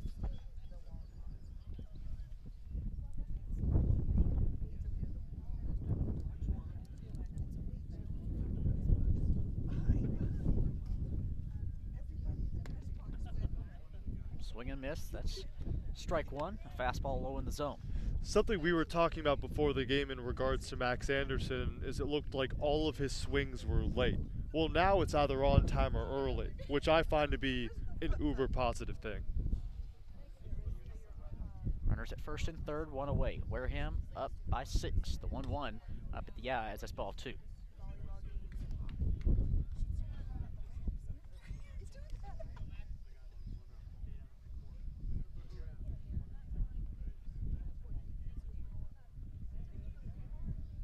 The 2-1.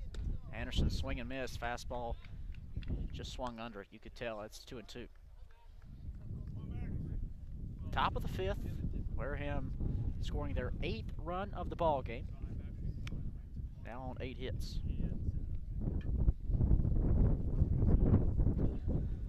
The 2-2 toss. Anderson lets him miss in the dirt. Slider pitch. They couldn't find the zone. Count now full.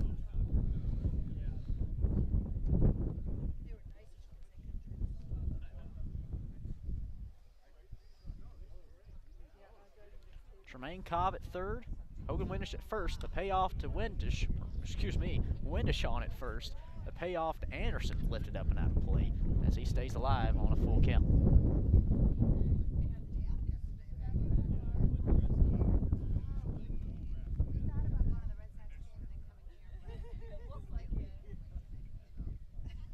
The 3-2 once again. Anderson lets it miss high for ball 4. The Gatemen have loaded the bases with just 1 out for their cleanup man in Blake Wright. Gatemen tonight, as we said, 8 runs on 8 hits, but they've also been capitalizing on free passes. 9 walks drawn by the Gatemen. For a team that couldn't scratch across a hit throughout the first 6 innings in the opening day win against Hyannis. It's drawn 9 walks, free passes all over the place, runs all over the place too. 1 out toss. Up high and behind the catcher. Here comes Tremaine Cobb towards home. He slides in. He's safe. And it's 9-2 Wareham. Pass ball on Jacob Campbell, the catcher. Count 1-0 on Blake Wright. But Wareham just continues to tack it on. They scored 4 runs in the first, 3 in the third, and now 2 in the 5th. All runners advance to bag, so Anderson goes to second, Windish at third. With 1 away, it's the 1-0 to Wright. Called strike 1, outer half.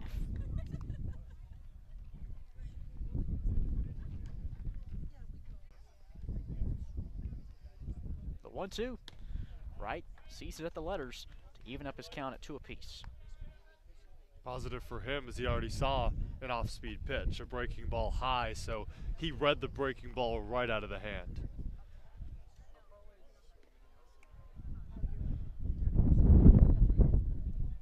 Two offering. Check swing called. Strike 3, inner half. That's the second out here in the top of the 5th as Blake Wright is retired. 2 out toss. Down the dirt. The 1-0. Farrow liner down the left field line. And that is a fair ball. Windish scores. Anderson comes around from second. Meanwhile, Ian Farrow jogs up into second. And that's a 2 RBI double for Ian Farrow, his first extra base hit of the season. And with 2 outs at the top of the 5th. It's a good sign to see him locating those corners. 2 out swing from Kellum Clark. That's well into foul territory. It'll drop. We talk about Ian Farrow getting his first double of the season. Well, a guy like Kellum Clark, he's had 3 all tonight with 3 RBIs.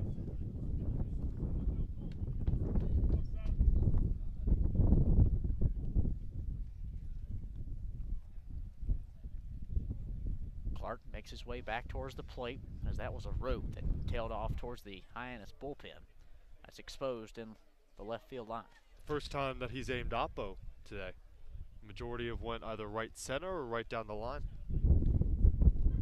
Farrow at second with 2 outs. Here's the 0-1. Clark lets it miss off the plate. Count even at 1 apiece. And get this, in the 2021 Cape Cod League season, Kellum Clark had 3 doubles. He has 3 today. Wind rolling out to center. See if he can rip his 4th. The 1-1. Up the eyes, that's ball 2. Isn't that crazy? In 21 games last year for the Wareham Gatemen, 3 doubles for Kellum Clark. And he's found it within himself to equal that in the first 4 innings. He has a chance to up that total. The 2-1 offering. Clark goes up and out of play.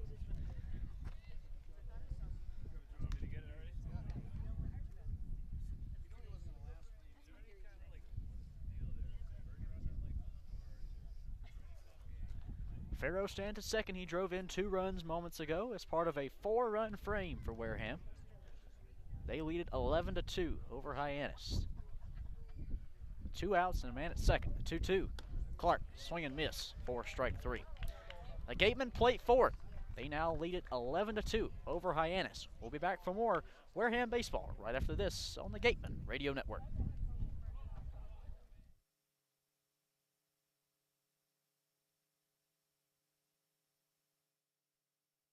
Curry College is where you go to become anything you want. Curry prepares students to engage in successful careers with learning beyond the classroom. Explore undergraduate programs, including new majors in environmental science, sport and recreation management, graphic design, marketing, and computer science. Online at curry.edu. Catchers aren't the only ones protecting home. With Rogers Gray, you have more coastal homeowners insurance options and a true expertise in their people. Protect your home with Rogers Gray. Rogers Gray is a proud sponsor of the Cape Cod Baseball League. Learn more at rogersgray.com. Cape Cod 5 is proud to be a long-standing supporter of the Cape Cod Baseball League and its contribution to the local economy as a treasured summer attraction. Cape Cod 5 is a community bank serving customers throughout Cape Cod, the islands, and southeastern Massachusetts. Founded in 1855, the bank's mission is to enrich the lives of those it serves while contributing to the health and vitality of its communities.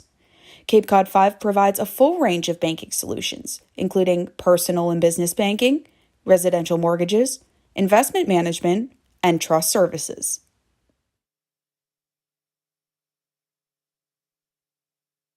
Cape Cod Coca-Cola thanks you for supporting the Cape Cod Baseball League and for refreshing yourself. 150 of those are low or no calorie options.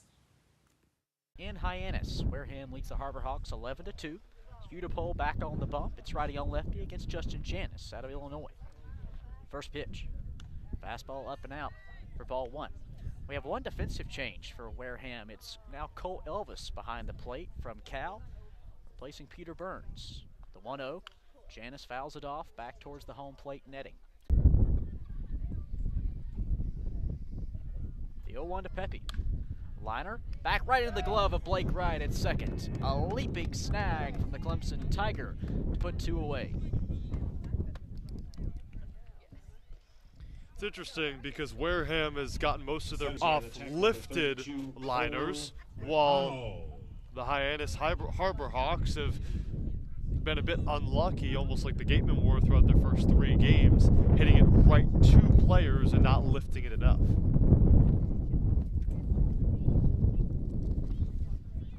One on, one down. Pitch down low in the dirt. Cole McConnell. Cleanup hitter out of Louisiana Tech. So far tonight, 1 for 2. The base hit, his last plate appearance. He struck out in the first.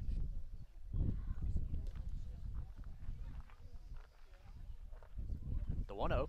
Swung through on a fastball, lower half of the zone, right in the heart of the plate, count even at 1 apiece. Also a bit of a delivery for you from my sideline reporter Claire Foley, bringing some hot chocolate. Help me out a bit. Yeah, had to call on the reinforcements. I finally caved, sent some money over to the concession stand. We're going to enjoy a little hot chocolate on this chilly night.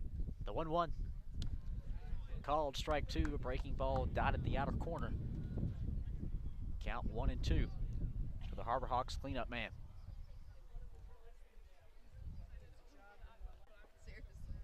Hyannis reached on a leadoff walk. He remains at first with 1 away. The 1-2. Off speed, caught him looking. Called strike 3 for Wyatt Hudipole. As McConnell is retired on strikes for the 2nd time tonight. And that's after allowing the leadoff walk.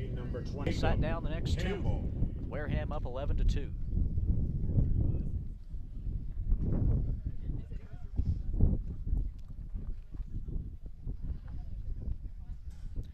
Jacob Campbell stands in, the catcher from Illinois. First pitch down in the dirt. 2 outs. He's got his Fighting Illini teammate Justin Hyannis on at first as the lone base runner.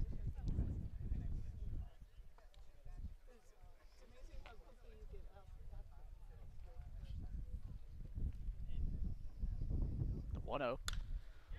Liner lifted into right center field. That drops for a base hit. Clark there to retrieve it. Rounding second, heading to third, though, goes Hyannis. And that'll leave runners on the corners for the Harbor Hawks. With 2 outs. Fighting Illini making some noise for Hyannis here in the bottom of the 5th. A walk and a single. Had them on the corners for Tito Flores.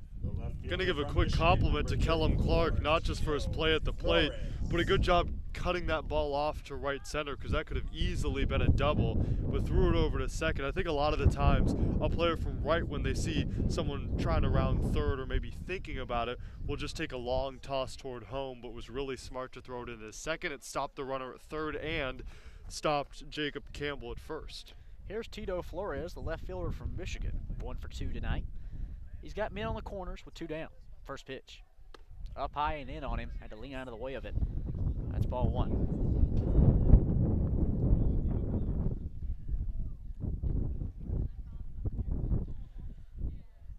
Flores lined out to second base in the 2nd inning.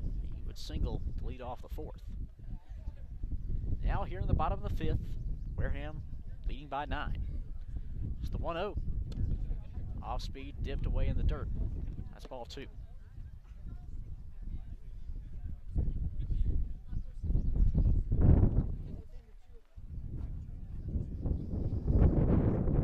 Bad thing for Wareham pitchers tonight. The Gateman offense has had a 4-run frame, a 3-run frame, and another 4-run frame. They've been sitting in the dugout for quite some time, and that includes Hudipole. 2-0. Flores goes up and out.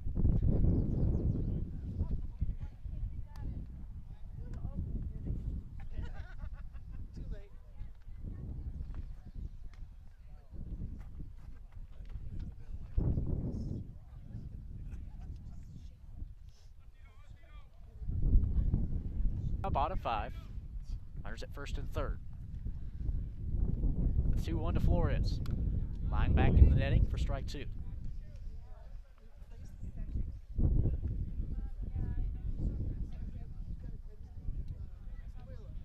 Fans have slowly thinned out here at McKeon Park. I think in part to how this game has gone for the Harbor Hawks, but also the chilly air. 2 on, 2 down. A 2-2 pitch. Hudipole winds and deals. Fouled off the plate as Flores stays alive. Looks like his leg may even caught a piece of that one.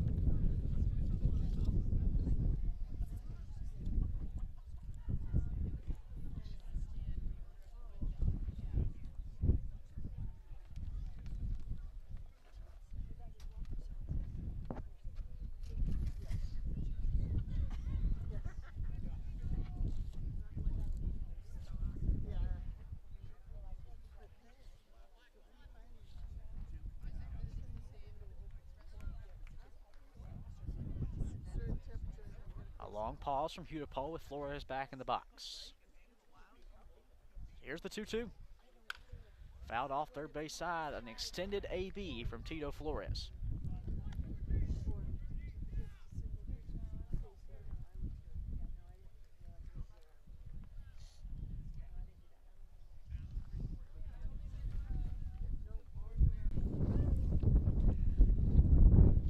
Hudipole peering in towards home with the wind. Across from home plate to center. The 2-2. Flores fouls it back that time off the mask of Elvis.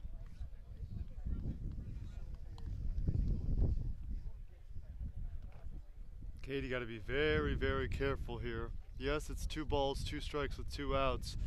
You don't want the possibility of a full count and then the runners are going, and the guy at first could probably score off a well-hit ball.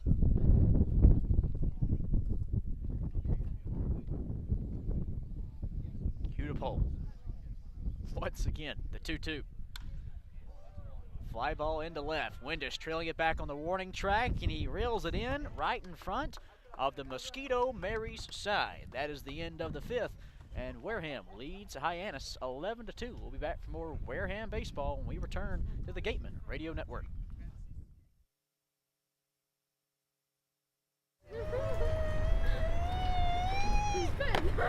Beat the heat and join us at Waterways, a water experience unlike any other this side of the bridge. Open daily, head over to the water park on Route 28, the Cranberry Highway.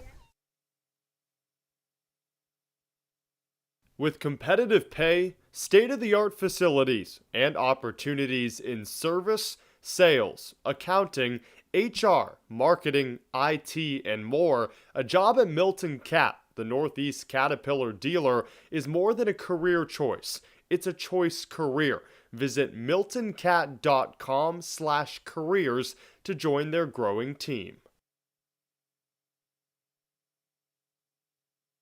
Gibson Sotheby's International Realty is a proud sponsor of the Cape Cod Baseball League. List your home with Eastern Massachusetts' premier real estate firm. Don't just get it on the market, get it the attention it deserves. Each office is independently owned and operated. Sotheby's International Realty is a registered trademark.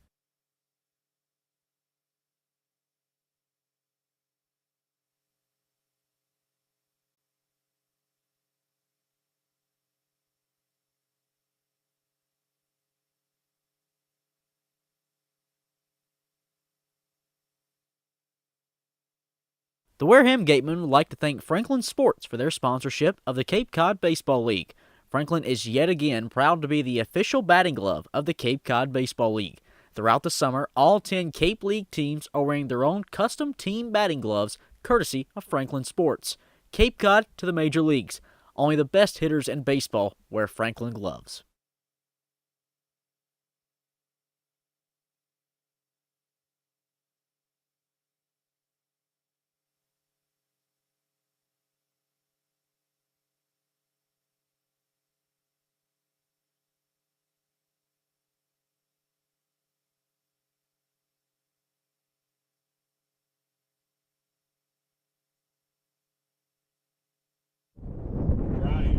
We're back for the top of the 6th inning.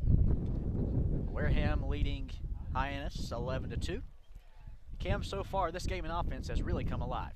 Yeah, so much so. It's a defense that was so cold throughout the first 3 games, and you just wondered when would this team acclimate to the wood bats? When would this team start getting it going and playing like top players at their respective colleges? And so far it's worked today, and the one thing I've really liked is not that they picked it up from the beginning, but they've kept it going. They've never slowed down, which you'd carry into the middle of the season.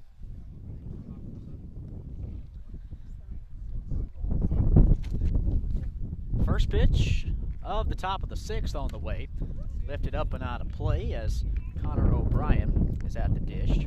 Brand new man on the mound as well for Hyannis. It's Zach Volker from Cal State Long Beach, Granite Bay, California native, senior right-hander at 6'2".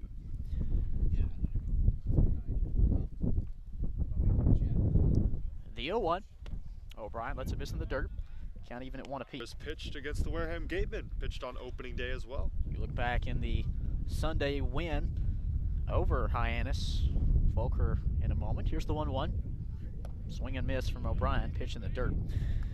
Volker, 2 innings of 2 hit, 2-run baseball, just 1 earned, with no walks and 2 strikeouts. Hey, get this stat, Cam. So coming into tonight's game, Hyannis as a staff had allowed 1 earned run in 26 innings, and that was the 1 earned. Here's the 1-2, down away, count even at 2 apiece. That compiled a staff ERA of .35. .35. Get that as a staff ERA through 3 games. Tonight, 11 runs, and they've all been earned. 2-2 pitch on the way to the Gateman's 7-hole hitter. Down low and in for ball 3. I'd like to know how much, now that ERA has spiked. Of course, I'm not a human calculator, so can't put that together. I'll do my due diligence in a bit, but I'd love to know how much that spiked, because this Harbor Hawks staff has been so good, and this is so uncanny.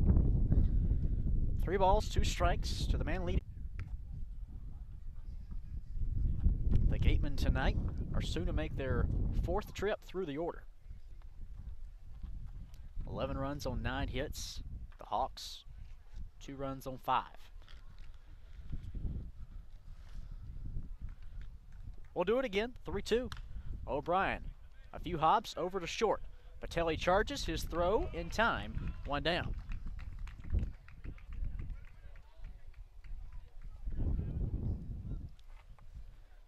O'Brien is retired for the first out in the top of the 6th inning. Number 6, Cole Elvis.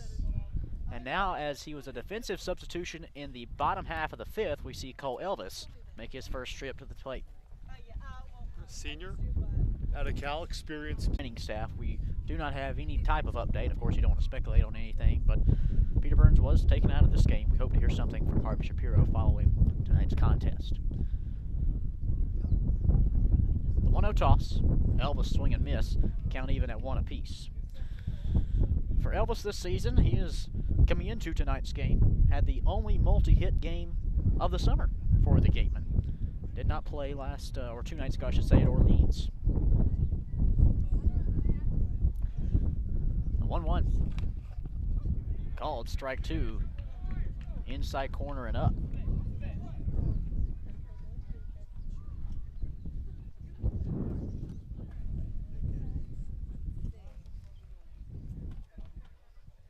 Talk about the collegiate game this past spring, and Zach Volker got a new look.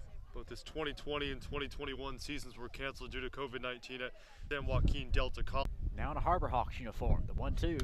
Elvis lifts a soft fly ball, shallow right field, and foul territory. It'll drop. Count will remain at 2 strikes.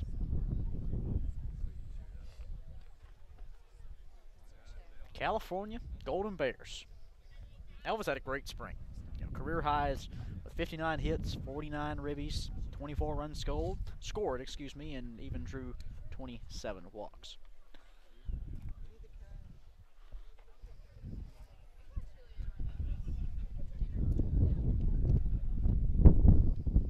Volker. Brady's at the belt.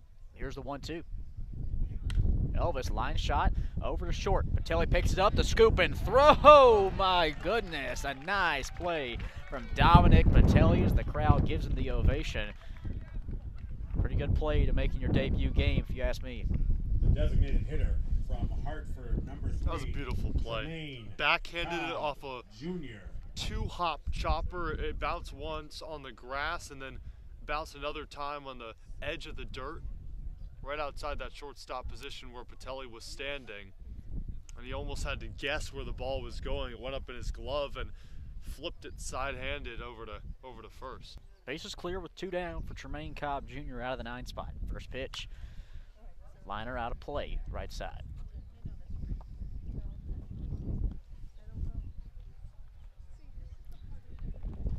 Cobb tonight, 1 for 3. A line out, a strikeout, and a base hit last time he was up in the 5th.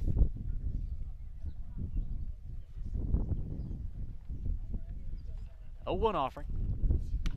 Lined up and out of play over our heads into the fields behind us.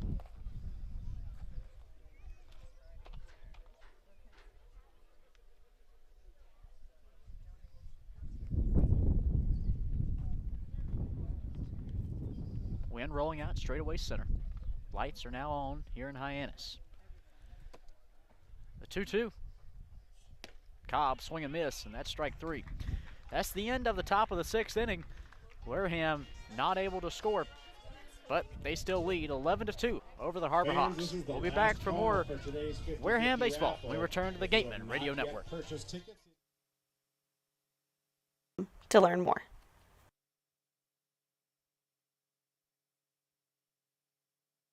As a proud sponsor of the Cape Cod, Earn a bachelor's or master's degree, complete a certificate, or take a single course through the Division of Continuing Education and Graduate Studies at Curry College, EDU. As a proud sponsor of the Cape Cod Baseball League, the Mass State Lottery is celebrating the games we love playing, from the baseball diamond to the mini lottery games that help support all 351 cities and towns across the Commonwealth.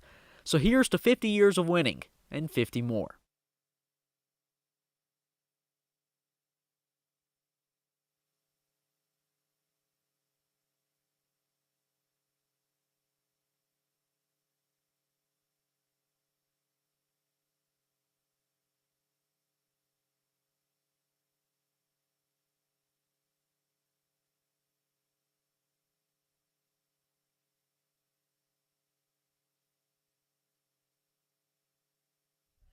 We're back for the bottom of the 6th inning. Wyatt Hudipole back on the bump for the Gateman. He was the first man out of the pen to begin the 4th, and he remains, soon to be for his 3rd inning of work. Wareham leading 11-2. First pitch to Philip Matulia, a called strike 1, outer half.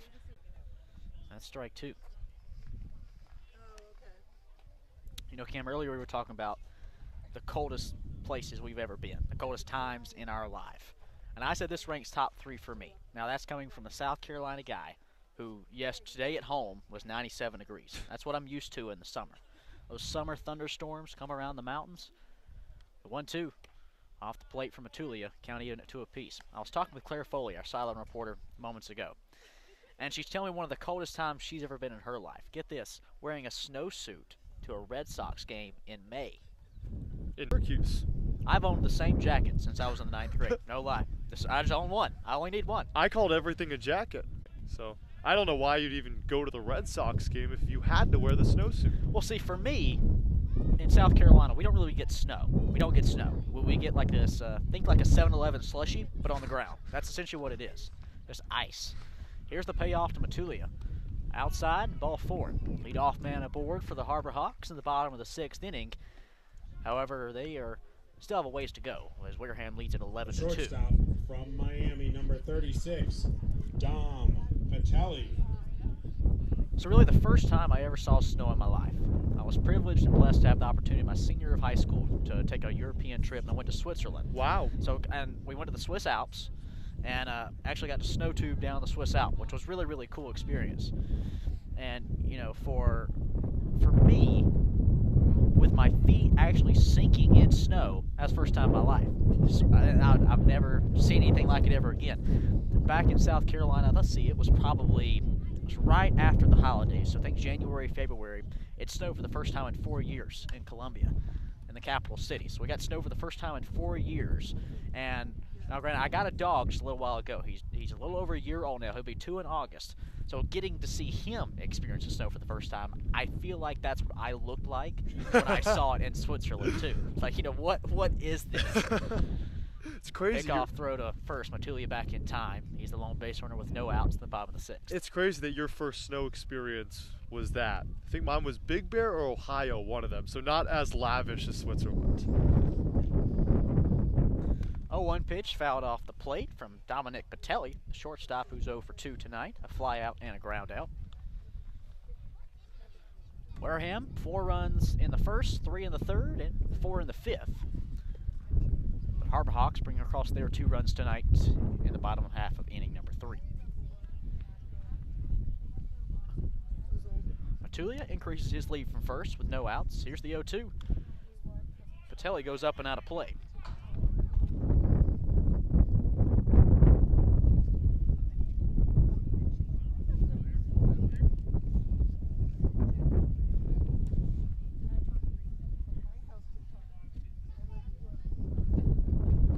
Two-strike count on Patelli. Miami Hurricane. First pitch. Called, strike 3 on the inside edge. Hudipole sets him down, and that's 1 away in the bottom of the 6th. The second baseman from Mount Hood Community Good College, response. number 3, I'd actually Riku label that as a great Nishida. response after a walk. It was just like that single given up in the 5th, and you respond with allowing your left fielder to make a play deep near the warning track, or that walk in the 5th, and then you force a liner from Rocco Pepe. So Wyatt Hudipole's been doing a great job responding. First pitch down to Riku Nishida. Ball 1 missing low. Nishida 0 for 2 tonight, a pair of ground outs. It's always exciting to watch him in the box, isn't it, Cam? Just, you know, he's not the tallest guy. He's 5'6". Meanwhile, more on that in a moment. Here's the 1-0, swung through and missed to even it up at 1 apiece. But for Nishida, a guy who usually when a batter steps into a box, right, he's going to get in his stance. He's going to maybe get a little bit of a bend in the knees, but not too much. Nishida nearly squats all the way to the ground and comes back up. Like we said, he didn't grow up a fan of baseball. He just started playing it, the 1-1. Outside, doesn't catch. That's ball 2. He almost does a pseudo Juan Soto shuffle, where it's without the shuffle, but it's that same widened stance after he watches that pitch breeze by. Nishida digging his feet into the back of the batter's box on the left side of the plate. Here's the 2-1. Liner put in play up the middle, and it splits the infield. Heading into second goes Matulia, and Riku Nishida has his first base hit of the night. And the 6th for Hyannis. From Florida Atlantic, number 12, Nolan Shaniel.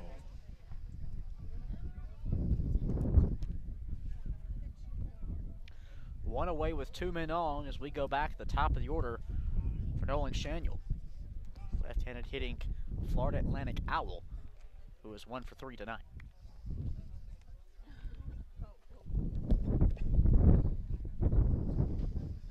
Wareham will be on the road tomorrow, taking on the Brewster Whitecaps for the first time this season. As they came into tonight's ball game with a 1-1-1 overall record. Game 4 tonight, 44. 2 men on, 1 out. First pitch to Chanul, called strike 1.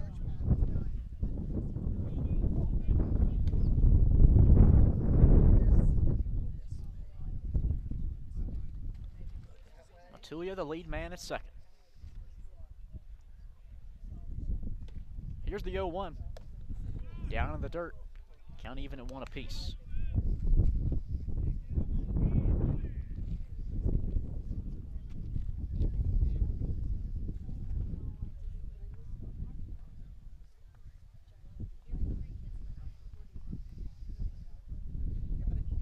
One offer. Swing and a miss. That's strike 2. Hudipole, the 1 out in this frame, is a strikeout. His second. If he can work in that breaking ball as he did in the last 2 pitches, it can confuse the batter. Runners at first and second with 1 away in the top of the order at the dish in Nolan Chanul. Hudipole readies at the letters, the 1-2 pitch. Chopper over the middle. Blake Wright picks it up. Flip to Hausinger for 1. The throw to first. Not going to be in time, and O'Brien can't scoop it. Matulia comes home to score from third, and it's now 11-3. A Wareham lead. It's one Hawks scrape across their 3rd run of the night. on a miscue by the infield. Yeah, not to interrupt, Cade, but it's one of those plays where he's got to hold it. A good flip from Blake right over to Hausinger, but no need to try to beat out a runner when he's 2 feet away from the bag, and you need an Aroldis Chapman-like arm to get it over to first, to even have a chance at the guy that just got to first. First run for the Harbor Hawks since the 3rd inning. First pitch to Justin Hyannis down in the dirt. That's ball 1.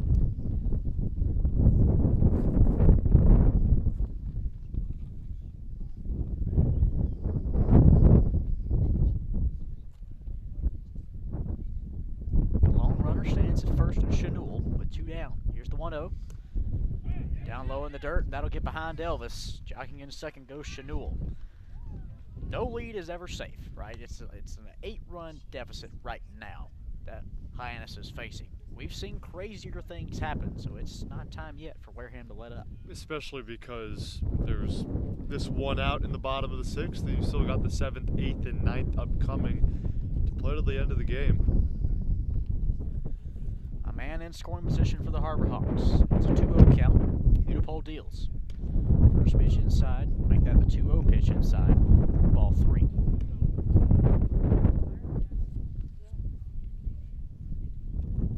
Some activity over in the Gateman Bull with 2 outs for Rocco Pepe. Second walk of the inning, 3rd walk of the outing for Wyatt Hudipole. You wonder when Harvey Shapiro will make the move to pull Hudipole, and that's what he's doing, walking gingerly out there. Shapiro makes his way to the mound and the call to the bullpen.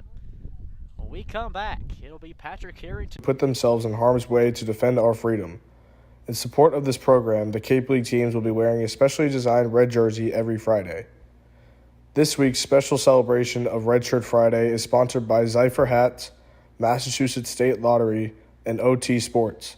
Support our troops and join us by wearing red each Friday. Wherever you call home, from Boston to the South Shore, to the South Coast, to the Cape and Islands, Rogers Gray has you covered for all coastal homeowners insurance needs.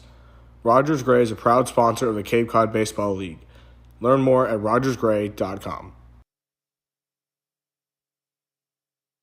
T-Mobile is proud to sponsor the Cape Cod Baseball League.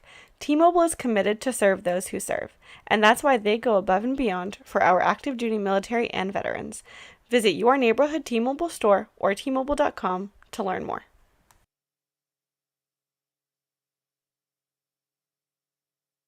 Looking for your dream home on the Cape? Gibson Sotheby's International Realty's dedicated team of real estate professionals are ready to make your dream a reality. Don't just look for a place, discover a home. Each office is independently owned and operated. Sotheby's International Realty is a registered trademark.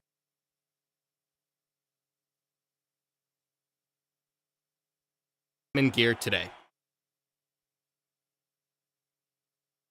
Hey Gateman fans, don't miss out as the Wareham Gatemen head to Worcester, Mass. to take on the Bourne Braves at Polar Park, the home of the Worcester Red Sox. This special game at Polar Park takes place Monday, July 25th with a 6:45 first pitch. Tickets start at just $10, so head to gateman.org to get yours today.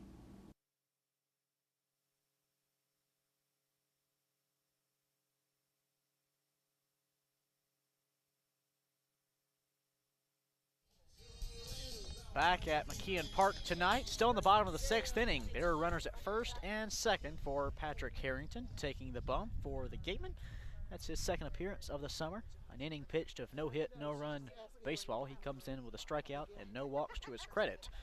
From Assumption College and soon to be at Northeastern, there around Boston. 2 men on, 2 down as he'll work against Rocco Pepe. Third baseman from Long Beach State is 0 for 2 tonight with a walk. First pitch up at his eyes, he leans out of the way of it. That's ball 1. Patrick Harrington in the spring, 74 innings of work, a 5.59 ERA, 81 strikeouts in those 74. Harrington peering in towards home. He's got the ball in his right hand just behind his right hip. Glove on the front left thigh. Now comes set at the letters. 2 men on, 2 down. And here's the 1-0. Up high once again for Harrington, missing upstairs. That's ball 2. Is he pitching to Wes Burton right now at 6'8"? Both of those have been at the helmet. Harrington's first appearance since facing Hyannis on Sunday. Now here on Thursday.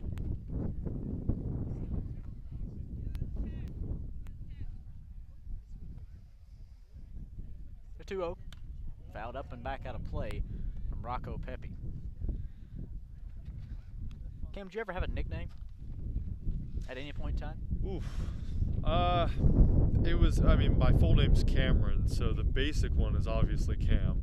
Okay. Like an interesting nickname. I'm tall, so I've been called Melman. Melman? Is it from Madagascar? I have no idea. The giraffe? Yeah. Foul back from Pepe for strike 2. I'm not exactly who the giraffe is, but where I was going with that, for Rocco Pepe, we were told a little bit pregame. Do you know what his nickname is around the clubhouse? What is it? Juice Rabbit. Ooh. I'm not sure the extent or the context, but Juice Rabbit Pepe at the plate. 2 men on, 2 down as Harrington peers in, looking to work out of this 6th inning where the Harbor Hawks have already scored 1. It's the 2-2. Swing and a miss from Pepe. At Harrington comes out of the pen and sits down the Juice Rabbit. We're through 6 as Wareham leads Hyannis 11-3. We'll be back for more Wareham baseball on the Gateman Radio Network.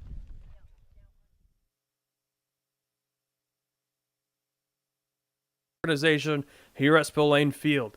Gates open at 2 p.m. Home Run Derby will begin at 5, and first pitch is at 6:05 p.m. Tickets will be available through the league and Gateman website.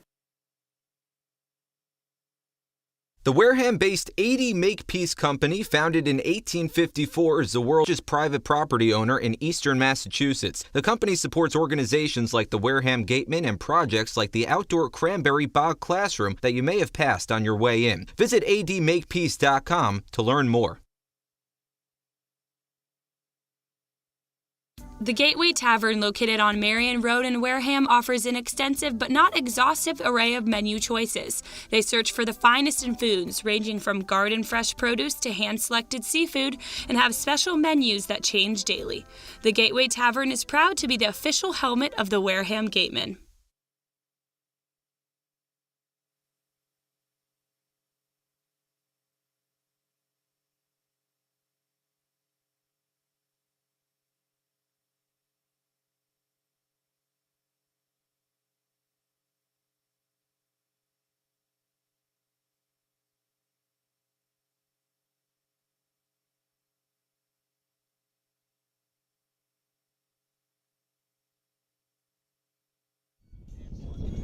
Six innings in the books. We begin the final leg of this race. In the top of the 7th we go, where Wareham sits on top of Hyannis, 11-3 on the scoreboard, as we're back at the top of the order for the 5th time tonight. An incredible job from the Gateman offense. They produced quality ABs all night, 11 runs on 9 hits. They've been proficient at the plate, but also patient at the plate, Cam. Very, very patient. Drawing walks more than they had in the first 3 games combined. Selective in which pitches they're going to swing at. Volker's first pitch to Jack Hausinger. Calls strike 1, the lower half of the zone.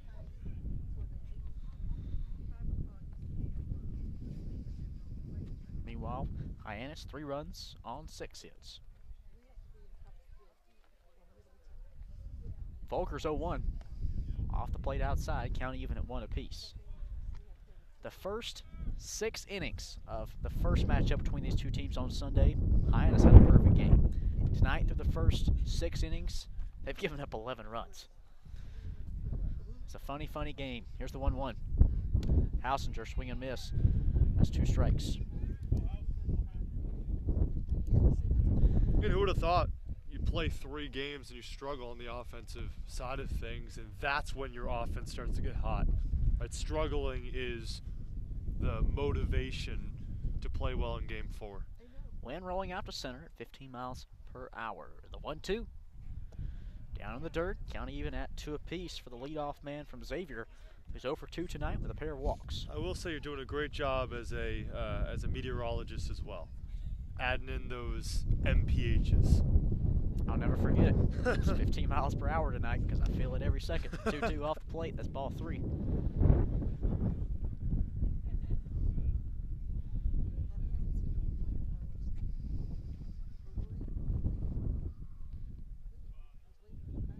Base is clear, no outs. So we just get things underway in the top of the 7th. Here's the payoff pitch to Hausinger. Put on the ground, up and off the pitcher's glove. It's a slow roller to Patelli at short. The throw not in time, and safe at first will be Jack Hausinger. His first base. And that's what happens when you stay patient. You know what pitches to hit and which pitches to lay off. Hausinger knew he could attack that one. And he's really settled well into that leadoff spot now, his second game in it. First pitch to Hogan Windish, fastball inside, ball 1. One thing we haven't talked about, a player that has today, Cade Rose, right, who was lead off in the first couple games and switched to the 9-hole on Tuesday, and you thought that could get him going, and it didn't. And Harvey Shapiro doing a great job. He knows what he's doing, throwing out guys that can get the job done. The 1-0 pitch skied up in the air, and it'll stay in play. Campbell moves back on it. He'll make the grab. For out number 1 as Windish pops up into foul territory for the first out. The second time tonight that Hogan's popped up into foul territory. Number 15, Max. We talk about being earlier on time. It seems like Hogan, who was on time a good amount to open up the season, has been a bit late on his swings.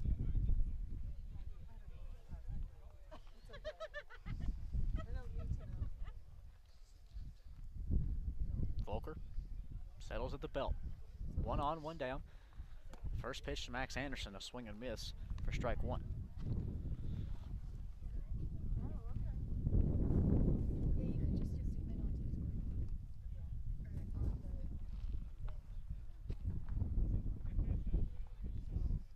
Max tonight finally getting his first hit of the summer. He's 1 for 3 with a walk as the 0-1 dips inside to even the count at 1 apiece.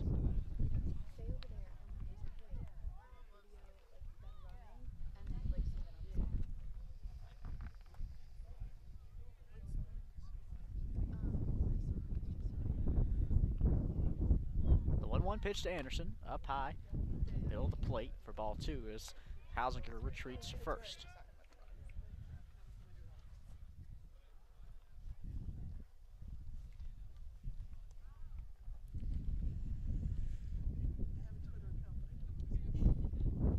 The 2-1 toss. Anderson chops it back foul over towards the Harbor Hawks dugout on the third base side.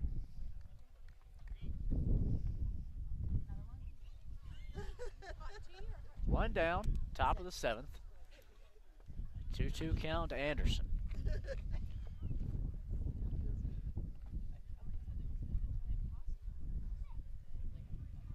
We are 5 minutes away, Cam, from the longest game of the summer for the Gatemen. The record at 2 hours and 55 minutes. Here's the 2-2 pitch. Anderson a line shot into right field, but right at Matulia on the run. He makes the grab for the second out.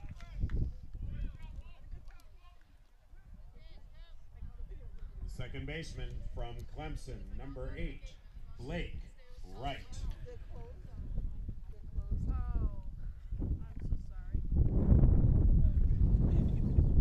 It's 11-3, Wareham, with 2 outs in the top of the 7th inning. Blake Wright steps in.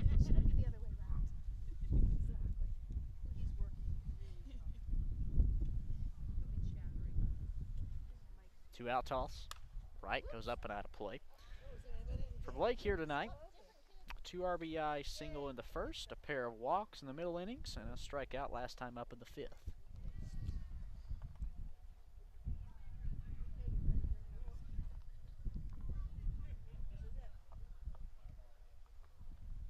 Hausinger on it first with 2 away. Here's the 0-1.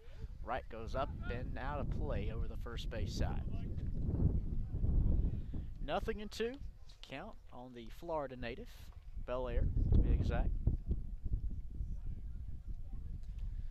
You know, it's crazy. In that Orleans loss, Blake Wright was at the plate 3 times. This is at bat number 5.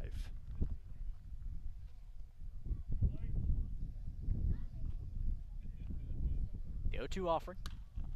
right high into the foul territory. Skies is a playable ball. Chanul moves over from first, but it's Nishida from second to make the grab for the third and final out. It's time to stretch here in Hyannis tonight, and well, it's time to stretch, it's time to warm up, whatever you prefer. That's where we're at in the ball game. Wareham on top of Hyannis, 11-3. We'll be back for more Wareham baseball at the bottom of the 7th. We return to the Gateman Radio Network.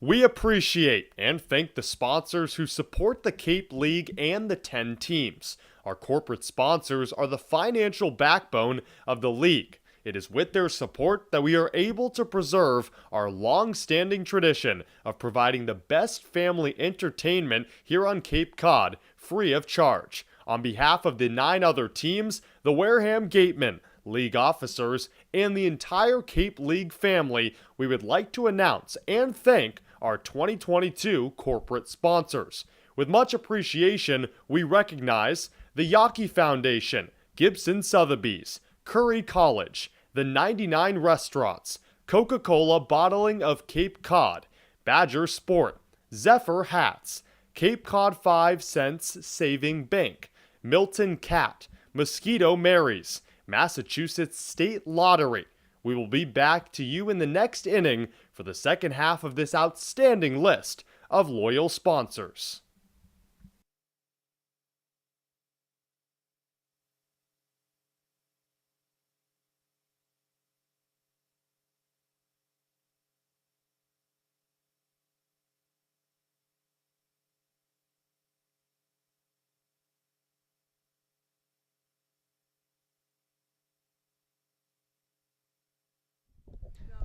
We're back to baseball in the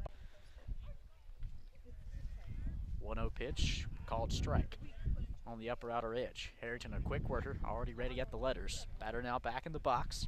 McConnell, 1 for 3 tonight with a pair of strikeouts. It's the 1-1, and that hits him in the knee. The first hit batter of the ball game. As he jogs his way over to first, appearing to be okay. The catcher, first man on, bottom of the 7th. Number 25, Jacob Campbell.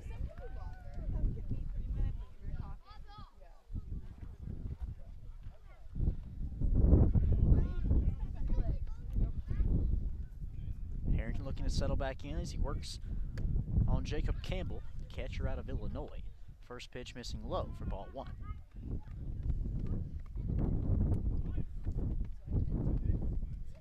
Wareham up 11-3.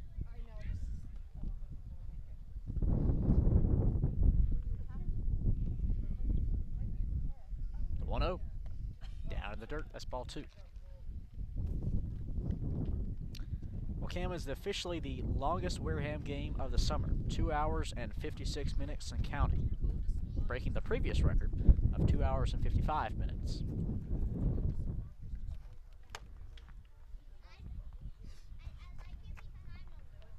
The 2-0 up the eyes of Campbell. That's ball 3. Yeah, nothing like the 2 hour and 2-minute game that Opening we night. experienced at Spillane Field on opening night. Well, when you go the first 5 innings and the teams combine for 1 hit, things are going to move quickly. Here's the 3-0. Called strike 1 inner half. Also interesting to point out that Wareham has played Hyannis twice this season. The first time it was downpouring by the 8th and the 9th.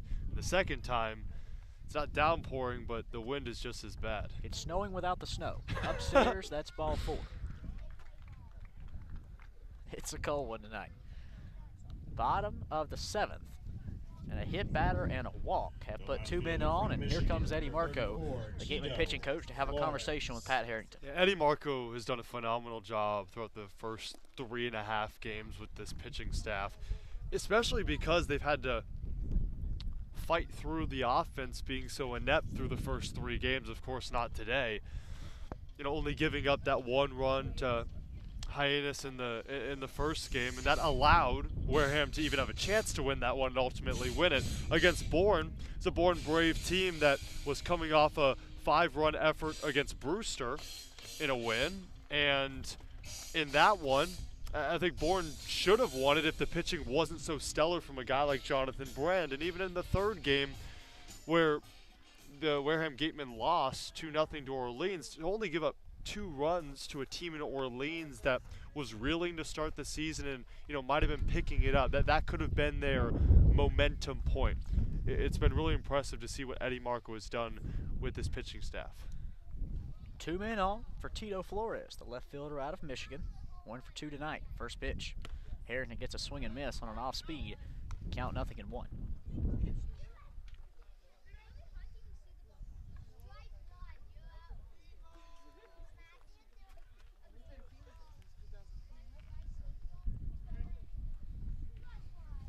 Wind has died down a little bit, but still rolling out to center field from home plate. Runners at first and second, the 0-1. Down in the dirt, that gets away from Elvis. Both runners take a bag, and now both men are in scoring position, still with no outs in the bottom of the 7th inning. Wareham leading 11-3.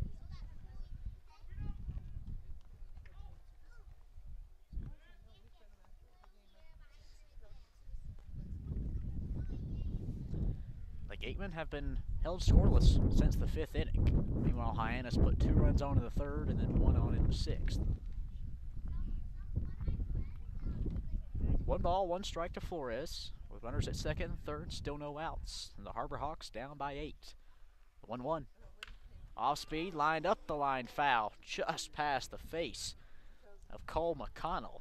There on the third baseline, out of the way of it, as that one was roped. That might be the most impressive play I've seen today, other than the Ian Farrell great grab in center, because McConnell didn't have a whole lot of time to react a few feet off the bag at third.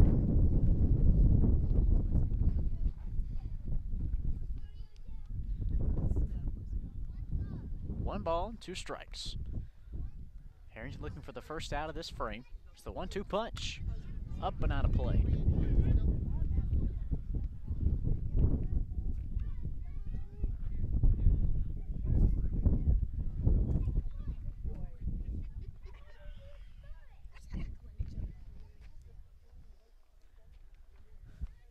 The Gateman offense finally found their rhythm tonight.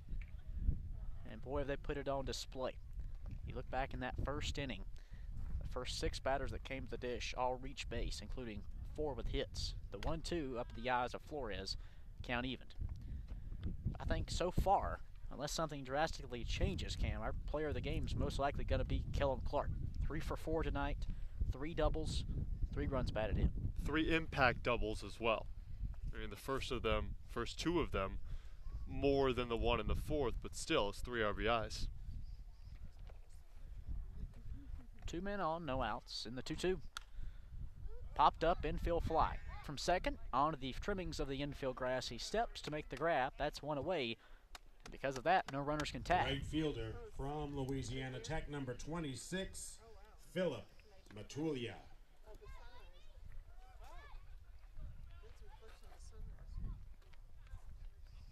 Here's Philip Matulia, the outfielder from Louisiana Tech, who spent the last 2 seasons in the Northwoods League playing for the Rockford Rivets there in Rockford, Illinois.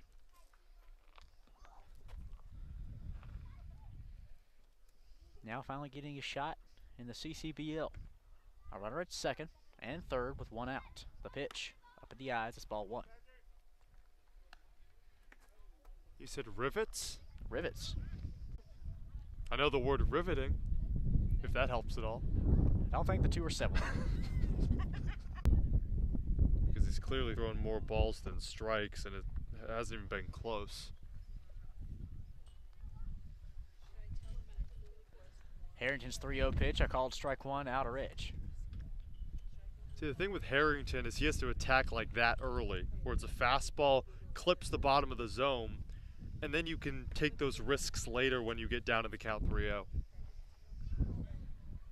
Runners at second, third, 1 away. Here's the 3-1 pitch. Matulia, swing and miss. That's strike 2. We do have some activity out in the Gateman bullpen. And if he makes an appearance in this game, it's his first of the summer. And Gardner Webb's Bobby Alcock. Right-hander starting to toss over there as he actually had one get past the catcher and roll back into the field of play. So had a little bit of a stoppage there. Nonetheless, we're back to baseball. One down, bottom 7. Here's the 3-2, soon to come to Matulia as Harrington peers in towards home. Now readies at the letters. And fires. Broken bat up in the air over the left field line. Anderson moves under it. He's there for out number 2.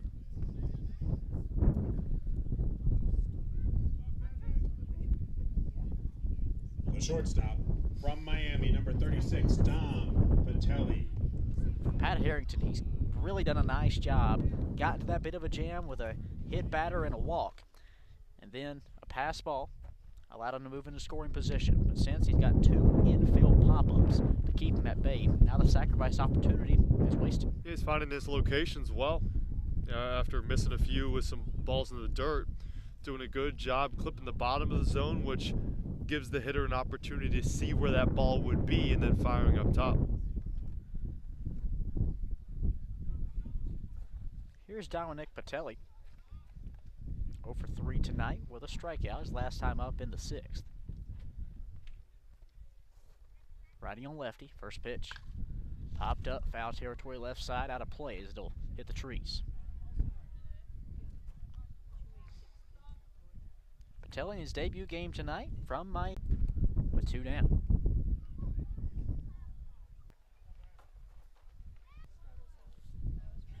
The 0-1 called, strike 2, outer edge.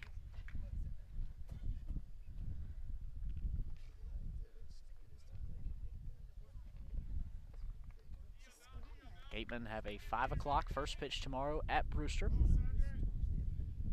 You can join us on the call with Alex Fuse. The 0-2 upstairs. It bounced so hard off the backstop though, came right back towards home plate. And that could have been a check swing from Patelli, but umpire did not signal for it. So he held back, and it's 1 ball and 2 strikes. A pitch like that would usually cost a run because of how hard it was thrown, bouncing off the backstop and coming back. Well, it's lucky enough that the backstop's at that level. If it hits the net, that's a run.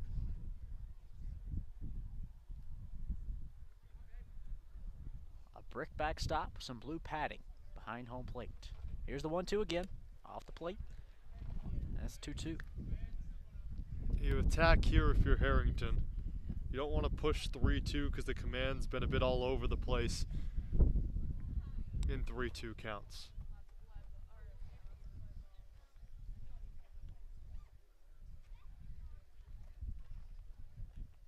Cole McConnell at third, Jacob Campbell at second. With 2 away, Wareham up 11-3. Wow, a balk. Now we see a balk called on Harrington. A run will come in to score. Cam, I was looking at the hitter. Did you see what Harrington did? I didn't fully see it. I was actually looking at word from our producer, Joey, that he brought his back foot up, which would lead to a balk. And now all of a sudden, you try to get out of a jam with a pair of strikes, and a couple mistakes bring home both runners. Count 3-2 on echoes around the ballpark. We head to the top of the 8th. More Wareham baseball on the Gateman Radio Network.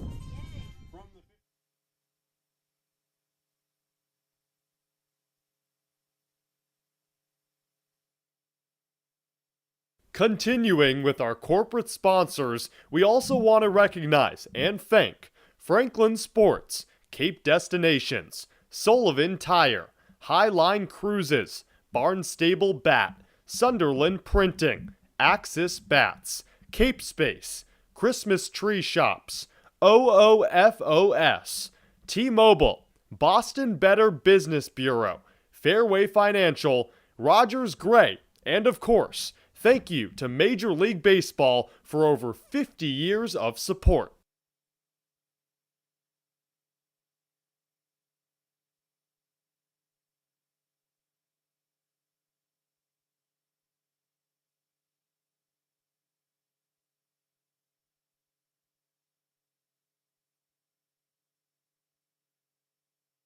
Gateman Baseball is officially sponsored by Robertson's GMC, the truck professionals. Located just 2 miles away on Cranberry Highway, Robertson's GMC, we are professional grade, power like a pro.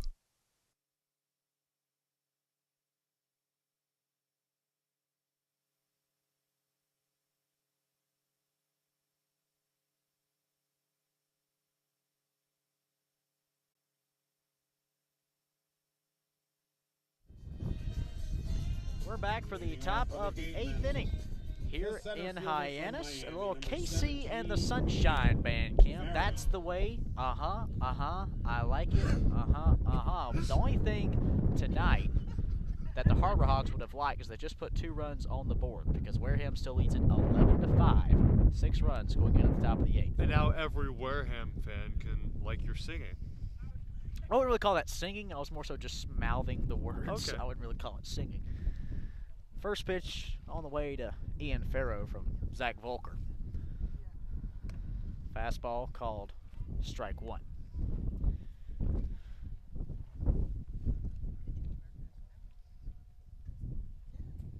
Gatemen looking to lock up their 2nd win of the summer.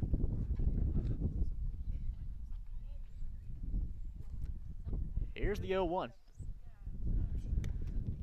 Fastball called strike 2, inner half.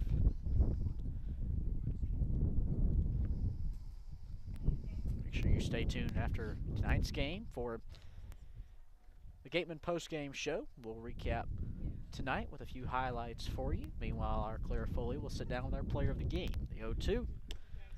Called strike 3 inside as Farrow is retired on strikes. The right fielder from Mississippi State, number 7, Kellum Clark. 1 down for Kellum Clark, who's 3 for 4 tonight. 3 doubles, 3 RBI.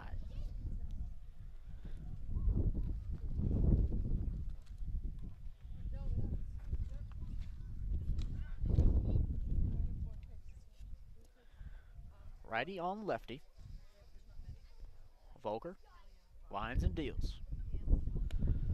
Clark lights up his submission wave. Count 1-0.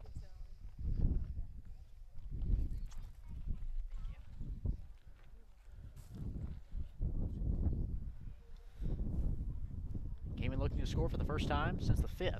The 1-0 down in the dirt at his toes as he dances out of the way of it for ball 2.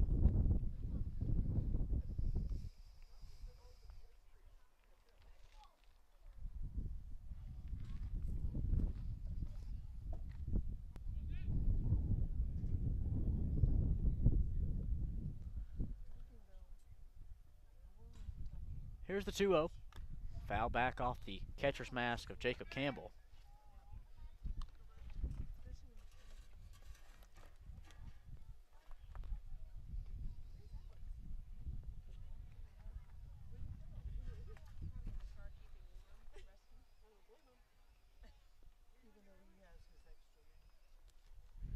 Volker offers up the 2-1.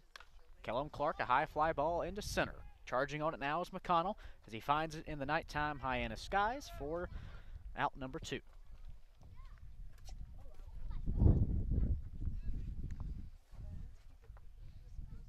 The first baseman from Bradley, number 13, Connor O'Brien. Here's Connor O'Brien, the Bradley first baseman, who's 0 for 3 tonight with a walk.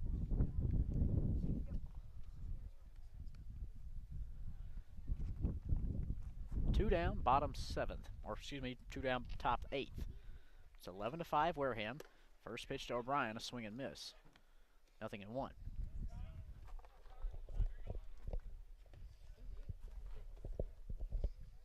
Up the middle, as clinical as it comes for Connor O'Brien. Did that a whole lot in the spring, batting over 390 like we've talked about. Can name this guy Mr. Reliable at the collegiate level.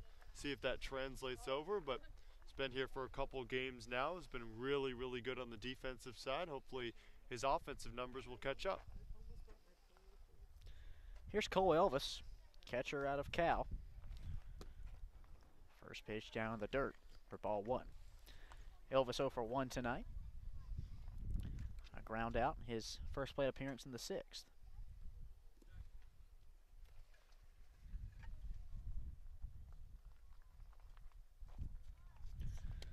Offering. Fastball misses low for ball 2.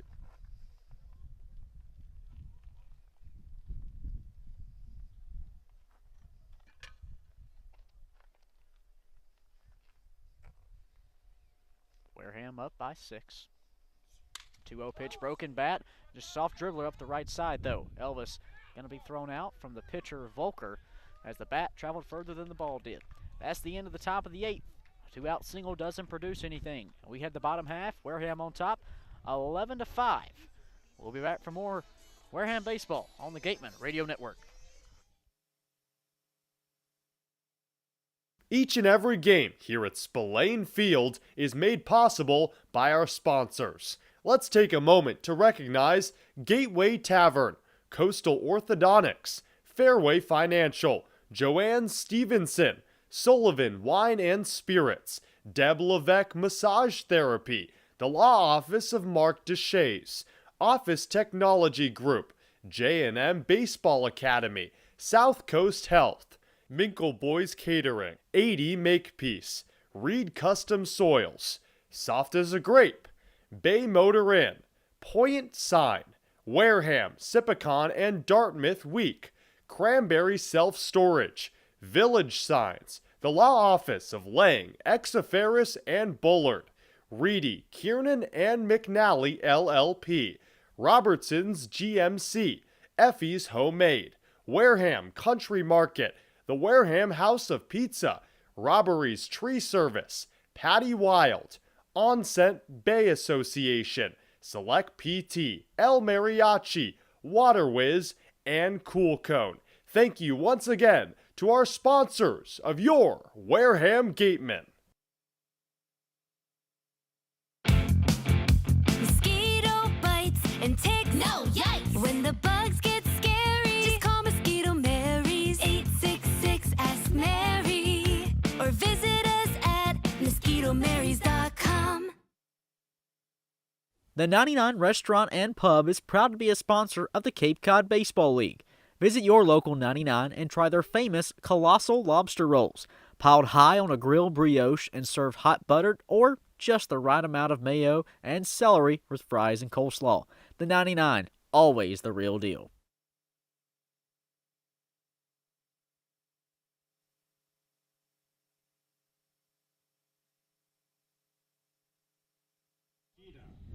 We're back for the bottom of the 8th, and we've got a host of defensive changes to bring you. Caden Rhodes is now in center. Meanwhile, Ryan Campos is now behind the plate for the Gatemen.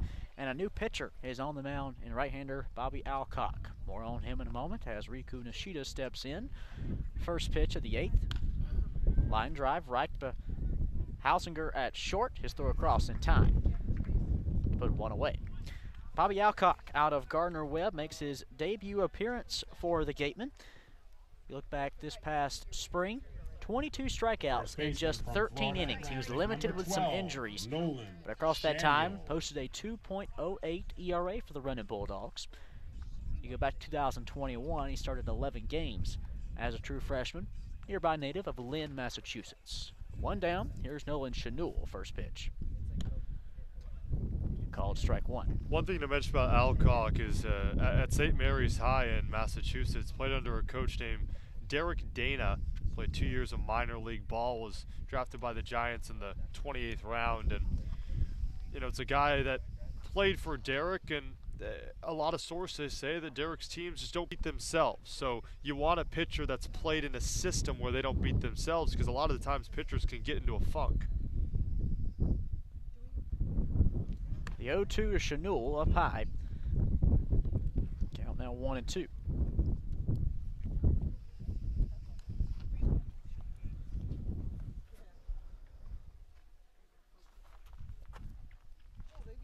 The 1-2. Put on the ground towards first. O'Brien picks it out, steps on the back. That's 2 down. 7 outs are left in this ball game with 2 down in the bottom of the 8th. Here's Justin Hyannis, a designated hitter out of Illinois. He's 1 for 2 tonight with an RBI triple and a pair of walks. A 2-out toss from Alcock. Down to the feet of Hyannis and out of the glove of the catcher Campos. Count 1-0. And Cade, one other thing to mention about Alcock, I know you don't want to throw out too many high school statistics, but as a sophomore in high school, pitched a perfect game. That's something that nobody in the major leagues has been able to say the last 2 days. We saw 2 no-hitters broken up in late inning action the last 2 nights. Hyannis pops up in foul territory. He's not happy, slamming the bat onto the ground as Anderson makes the snag in foul territory, and that is the end of the 8th.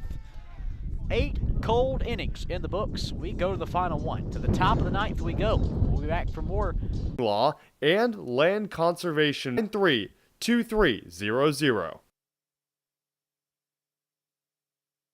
South Coast Health Operators of Charlton Memorial, St. Luke's, and Toby Hospitals delivers an unmatched combination of clinical excellence with a personal touch. They are proud to serve as Southeastern Massachusetts and Rhode Island's only not-for-profit health system, as well as the soft as a grape store for the best Cape Cod products. No trip to the Cape is complete without a trip to Soft as a Grape. Gateman's favorite places for their post-game meals is Cool Cone, where you can get anything from fried clams and fried chicken to an ice cream sundae, and then top it all off with a round of mini golf. Cool Cone, located on Route 6 on the Wareham-Marion line. Need physical therapy? Select Physical Therapy works directly with you and your physician to create a plan of care that meets your goals and needs, with 6 locations on Cape Cod and more across the country. Select Physical Therapy is the official provider of athletic training for the Wareham Gatemen.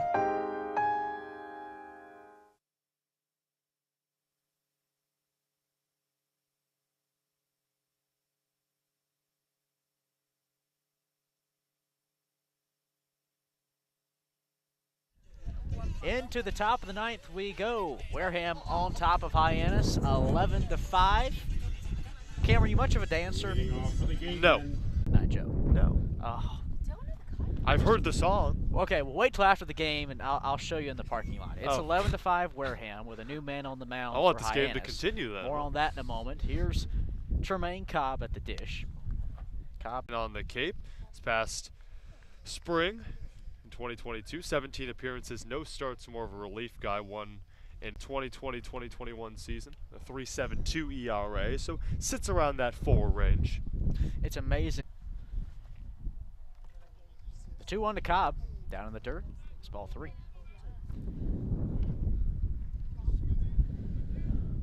A 6-run lead in the top of the 9th. Top of the order on deck, what is soon to be for the 6th time tonight.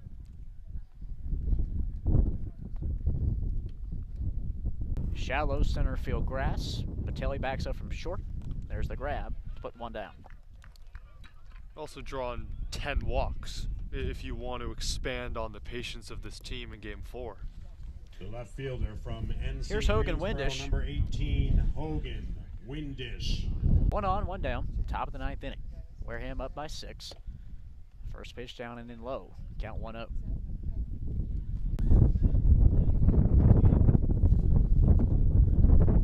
Will travel roughly about an hour back home. Tonight to Spillane. And then be back on the road tomorrow to Brewster. The 2-0. Sent high up in the air, but it'll clear the netting back onto the seats behind home plate.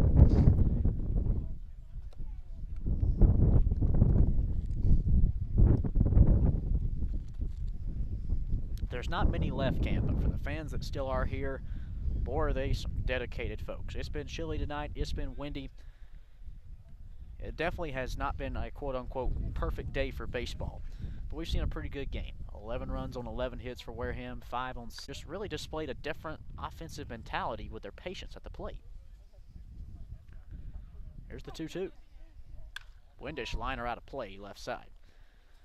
Yeah, Cade, to think that this team has drawn 10 walks, 11 hits, that's crazy just to think about it, because this is a Wareham team entering the Orleans game on Tuesday with a Cape League low 9 total bases. Just getting on base in terms of patience and lack of hitting, lack thereof of patience too, and this team's completely flipped it around. 2-2. Windish foul tips it off the inner half of his bat, trying to check his swing. This could be a springboard for this Wareham team, going on the road again and then going back home and then hitting it on the road for a doubleheader. I think it's good for this Wareham team to experience something outside of the home stadium of Spillane. Not to mention as well, tomorrow's on the road against the defending champ, Brewster Whitecaps. Windish swing and miss for strikeout. That's the second out in the top of the 9th as Tremaine Cobb remains on at first. And volume in terms of hitting. Hogan Windish was at the plate for the 6th time today. A majority of the players against Orleans on Tuesday were at the plate for half as many times, only 3. So you almost get 2 games in 1 at the plate to enhance your offensive ability and get used to those wooden bats. First pitch to Max Anderson outside. That's ball 1.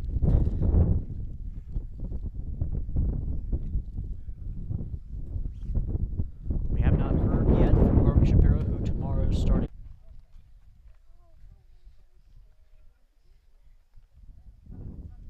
The 0-1 upstairs on Anderson. Count even at 1 apiece.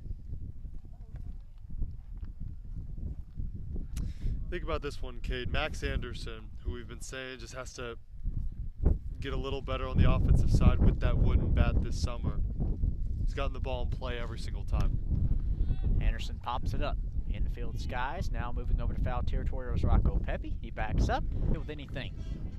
We head to the bottom of the 9th. Wareham is 3 outs away. Way Financial Insurance Agency. Money is just a tool to help you to do what you ultimately want to do, which is to travel, spend time with your kids, grandkids, and do other stuff. And I want to be the guy that's going to help you navigate the course of life, to help you avoid those sand traps and get you onto the green and into the hole with greater financial confidence. After the game, visit El Mariachi on Main Street for the best Mexican food in Wareham. The cantina provides a delicious late-night snack accompanied by fun cocktails.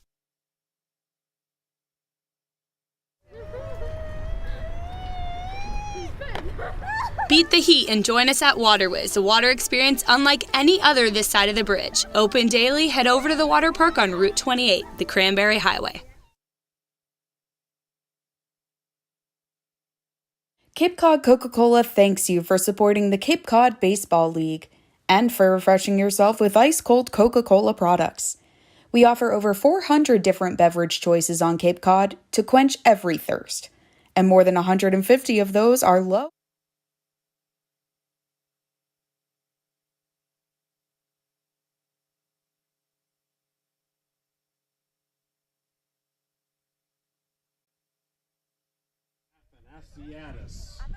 We've got a pinch hitter to lead off the bottom of the 9th inning, George Hyannis out of Merrimack College stepping in. Righty on righty. Bobby Alcock on the bump as we are 3 outs away from a victory here tonight. First pitch. Hyannis takes a called strike 1. So, I don't know if you want to spell this out. Athanasiadis. It's almost like Antetokounmpo in basketball.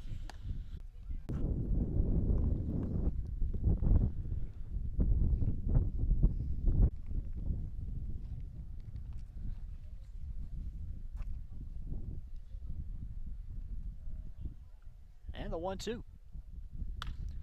Liner over to Hausinger at short to throw across, and that's the ball game.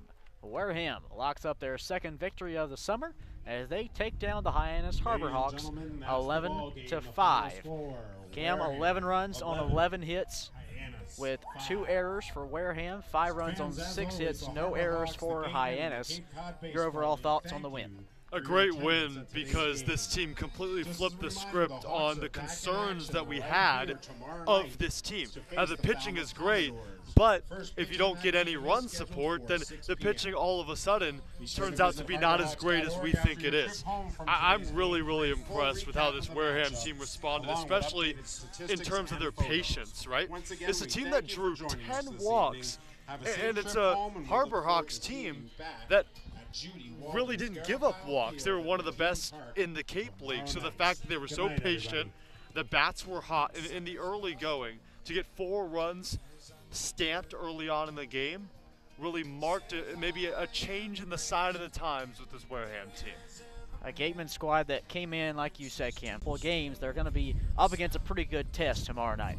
Yeah, Brewster has played well in the last couple of games as well. So yes, you could talk about last year, but a different batch of players lost against Bourne, and since then this Brewster team has developed some sort of rhythm.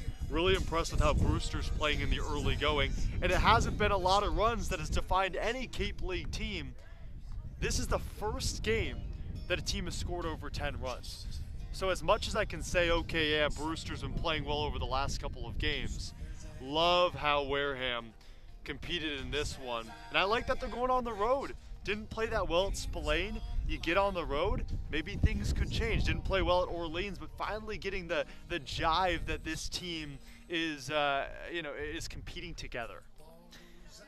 Your winning pitcher tonight is Jacob Cravey. In his first appearance of the summer, he moves to 1-0 on the season for Wareham. Meanwhile, taking the loss was Jackson Baumeister, a player out of Florida State who Hyannis was really excited to see. It was his first appearance of the summer too, but Cam, things did not go right for Baumeister, and that's really where you take that inning by itself. That's the difference maker in this game because it set the tone for the 8 frames that followed after it. For the 6 batters that Baumeister faced, he walked the first 2, gave up a base hit to load the bases. Then Blake Wright came through in the cleanup spot with a 2 RBI base hit.